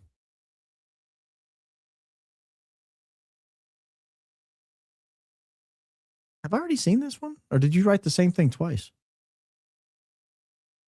Gary should stop being so envious and recognize that this is a high IQ outfit with viewers who are happy to support truth tellers. Keep going, Max Barron. Maybe Gary can tune in and learn something. Shout out to Adfleet and Code Colin. Hit the like button. I don't know if that one showed up multiple times, but thank you again. HP1, Kushner for Ivanka. HP2 for Ivanka. In a way, only daughter can be to Trump. I don't know what that means. I've been watching the live trial of Corey Richard. Wait a minute. Have I already gone through these? Why am I seeing some of these again? I might have accidentally thrown my hand up. That's probably what happened. Barry Weiss interview when Hunter Kozak asks Erika Kirk the question. She looks at Hunter and responds, "You know my heart. Why would I ever say yes, go murder people? How does she know? How does he know her heart? Do they know each other?" Good question. Good question. Yeah, I don't know the answer to that. How can TPUSA register as a 50? I think you mean 501c3. Well, they can register as a 501c3. They just have to follow the law. And I really sincerely doubt they're following the law right now. They're openly campaigning from the platform of the 501c3 events. Sir B-Dog. Ivan, I'll allow it. This great state is going to flip. Liars and thieves must be extricated. Wheels need to go too. Jimmy Dore short on DJT. Perfectly poignant placement. Christ is king. Christ is king indeed. Thank you. Your quality matches IQ. I can only imagine how well-rounded and bright your children are. God bless you, and thanks for all the education. Well, my children are amazing. As you can imagine, they are. They're the best. Goat tier children. 8, God bless. EOD Tech, sober 32 years with help from Jesus Christ. You need more cash. I had 3. Thank you, William. I genuinely appreciate that. 32 years sober. Congrats. Congrats. 3's a lot too, though. I'm independent. All Philly packs should be voted out. We wouldn't keep them just because you picked a party. That's what I'm saying with Dan Crenshaw, though. You threw one out to get another one. And, not necessarily an upgrade. Yeah, 501c3. Correct. No paper and glitter, but pyrotechnics. Oh, there was glitter. Adfleet will show you that. Strength and dignity are her clothing, and she laughs at the time to come. She opens her mouth with wisdom, and teaching of kindness is on her tongue.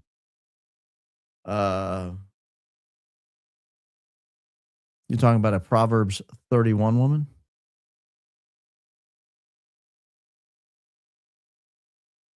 I don't know what's going on there.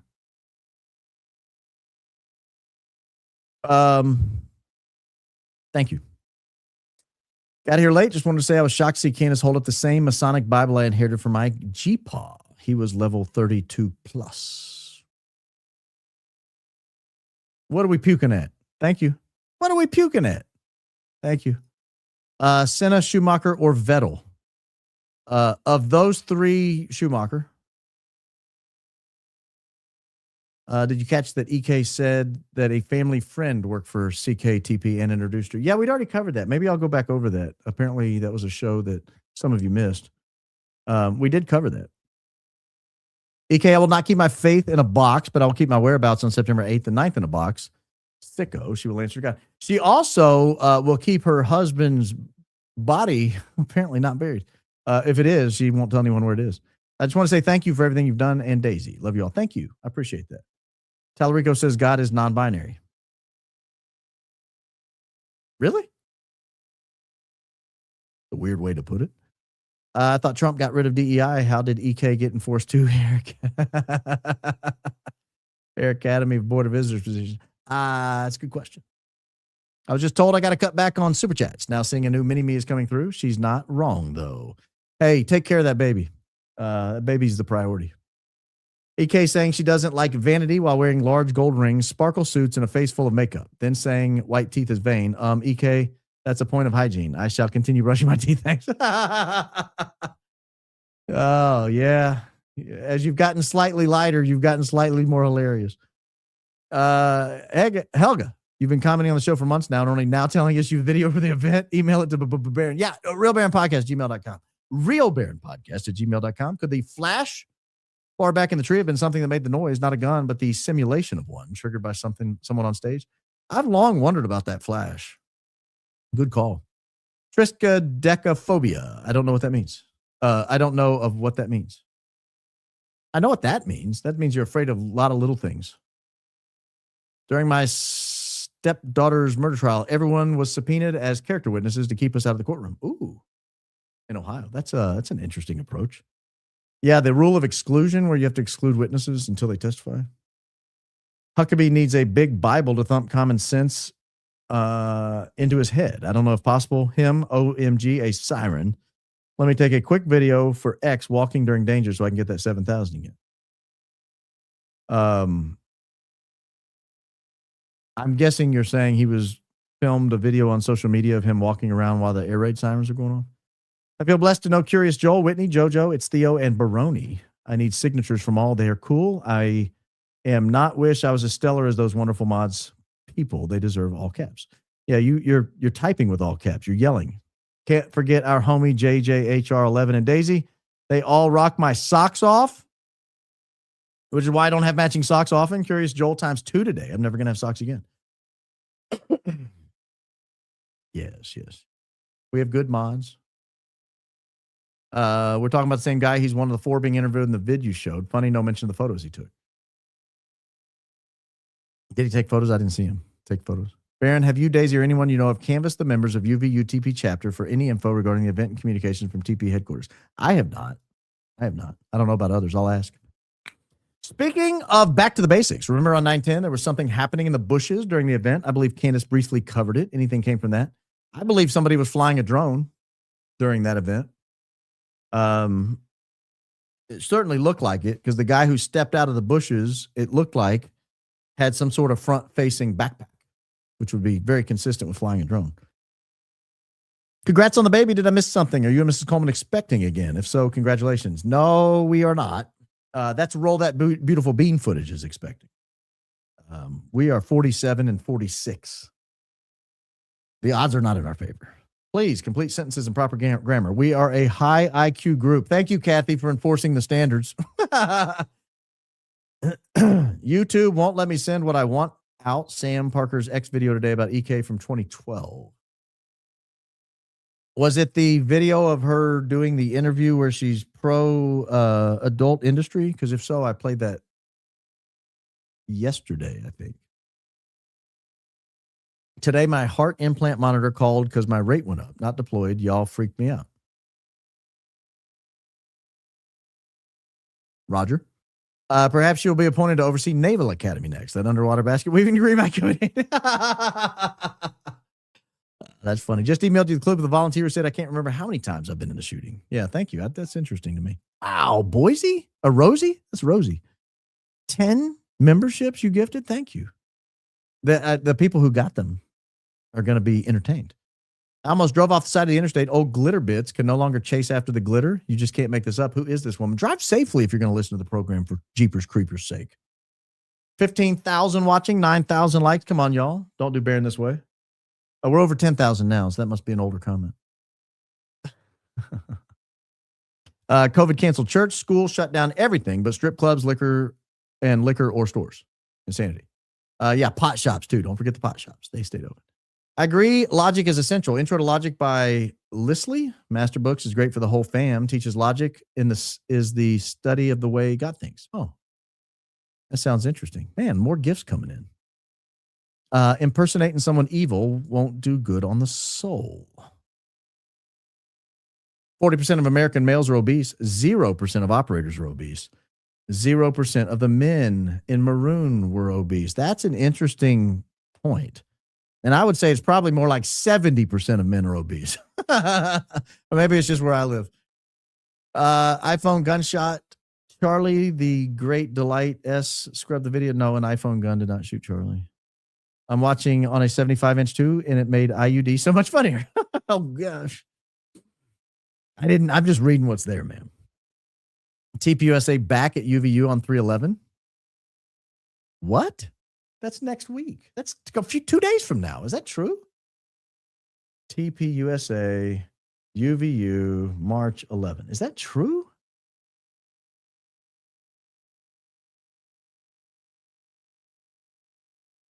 That looks like just a local chapter. Yeah, I don't think that's the real TP, like the main headquarters, TPUSA. There's actually a Pflugerville, Texas. I'm aware of Lukenbach, Texas. I remember that old country song. Lukenbach, Texas. The reason Charlie wasn't wearing his ring is because Erika was wearing it and has been ever since. She added diamond bands around it right after he passed. Of course she did. Of course she did. I had COVID 3 times. The first 2 times I should have gone to the hospital, but I knew there was no way I was going to let them run their protocols on me. I took steroids, Mucinex, and did breathing exercises. It worked. I'm glad you're still with us. Humble beginnings. Get him, Red Baron. Don't call me Red Baron. That guy worked for the enemy. I don't know. You may be from there. I don't know. Or you could be saying Snoopy, which I'll allow. Baron Andrew Callahan, Channel 5 is not just a small YouTuber. He has pull. He made a Q documentary for HBO leading up to January 6th, almost like he knew what was to come ahead of time. I watched that. Was that him? I watched that documentary.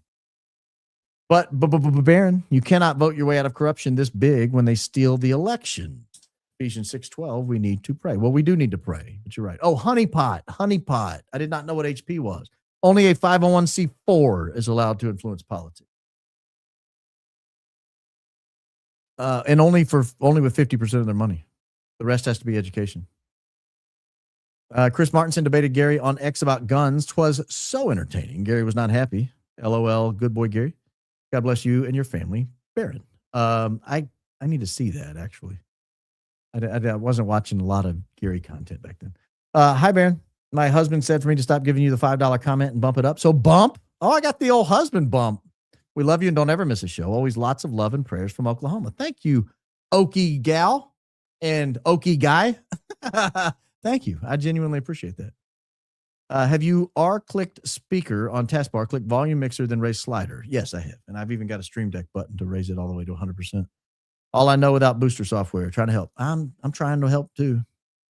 I can't even imagine my TPUSA shirts. I can't even give my TPUSA shirts away, which leads me to believe fewer supporters exist than what they want us to believe. Love you all. My 2-hour prayer yesterday included you specifically and your family. Well, thank you, Surrender. I appreciate that. Genuinely appreciate your prayers. Erika's latest appointment is terrifying. Agreed. It's a slow introduction of her name face for those not following the story. Just watch. Also pull up SP, latest pin post. I don't know who SP is. Is this where I admit that? Is this the part where I tell you I don't know who that is? What do you think of Fleet's Shabbat Shalom video? Hilarious. I can't imagine not having this program for the rest of our lives. It really ties everything together. I see nothing but truth. Stay safe, brother. You're doing God's work. It's really good versus evil. Well, thank you. I appreciate those very kind words and high praise. I'm just trying to be like you when I grow up. Well, you've got a little more to go. Get after it, big boy. Like we averaged every 16 or 17 months for a while, and then we slowed it down a little bit as we got older. Started going to 20 months, 22 months, 25 months. I think our biggest gap was like 26 or 7 months. She never said she didn't want these sequins or pyrotechnics. Those are going max for Charlie, of course, not Erika at all. Charlie was totally a sequin kind of guy. Didn't you see him in sequins? Yes. He loved sequins. Big into sequins. One of the best things I ever taught my daughters was how to problem solve and budget. Can't all be sole providers like EK.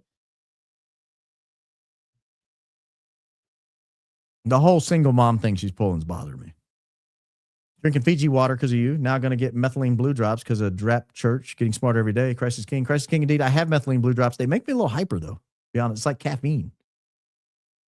I prayed along when we did that secret coded message from Ben to Candace on the tape and put it in my notes the other day. My notes up and saw that, and I said, "Oh dear, I have to delete that."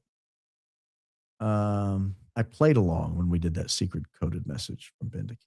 Oh, yes. That had an ugly word on it.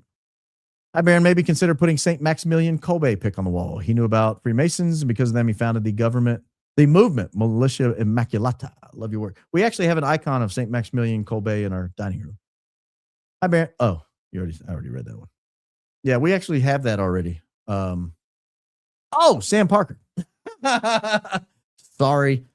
It's. I don't know all of the abbreviations. Guys, the time has come. The time has come. Thank you. I appreciate you being here with us. I genuinely do. Go out and spread the message. Let everyone know they all heard firecrackers. Yeah.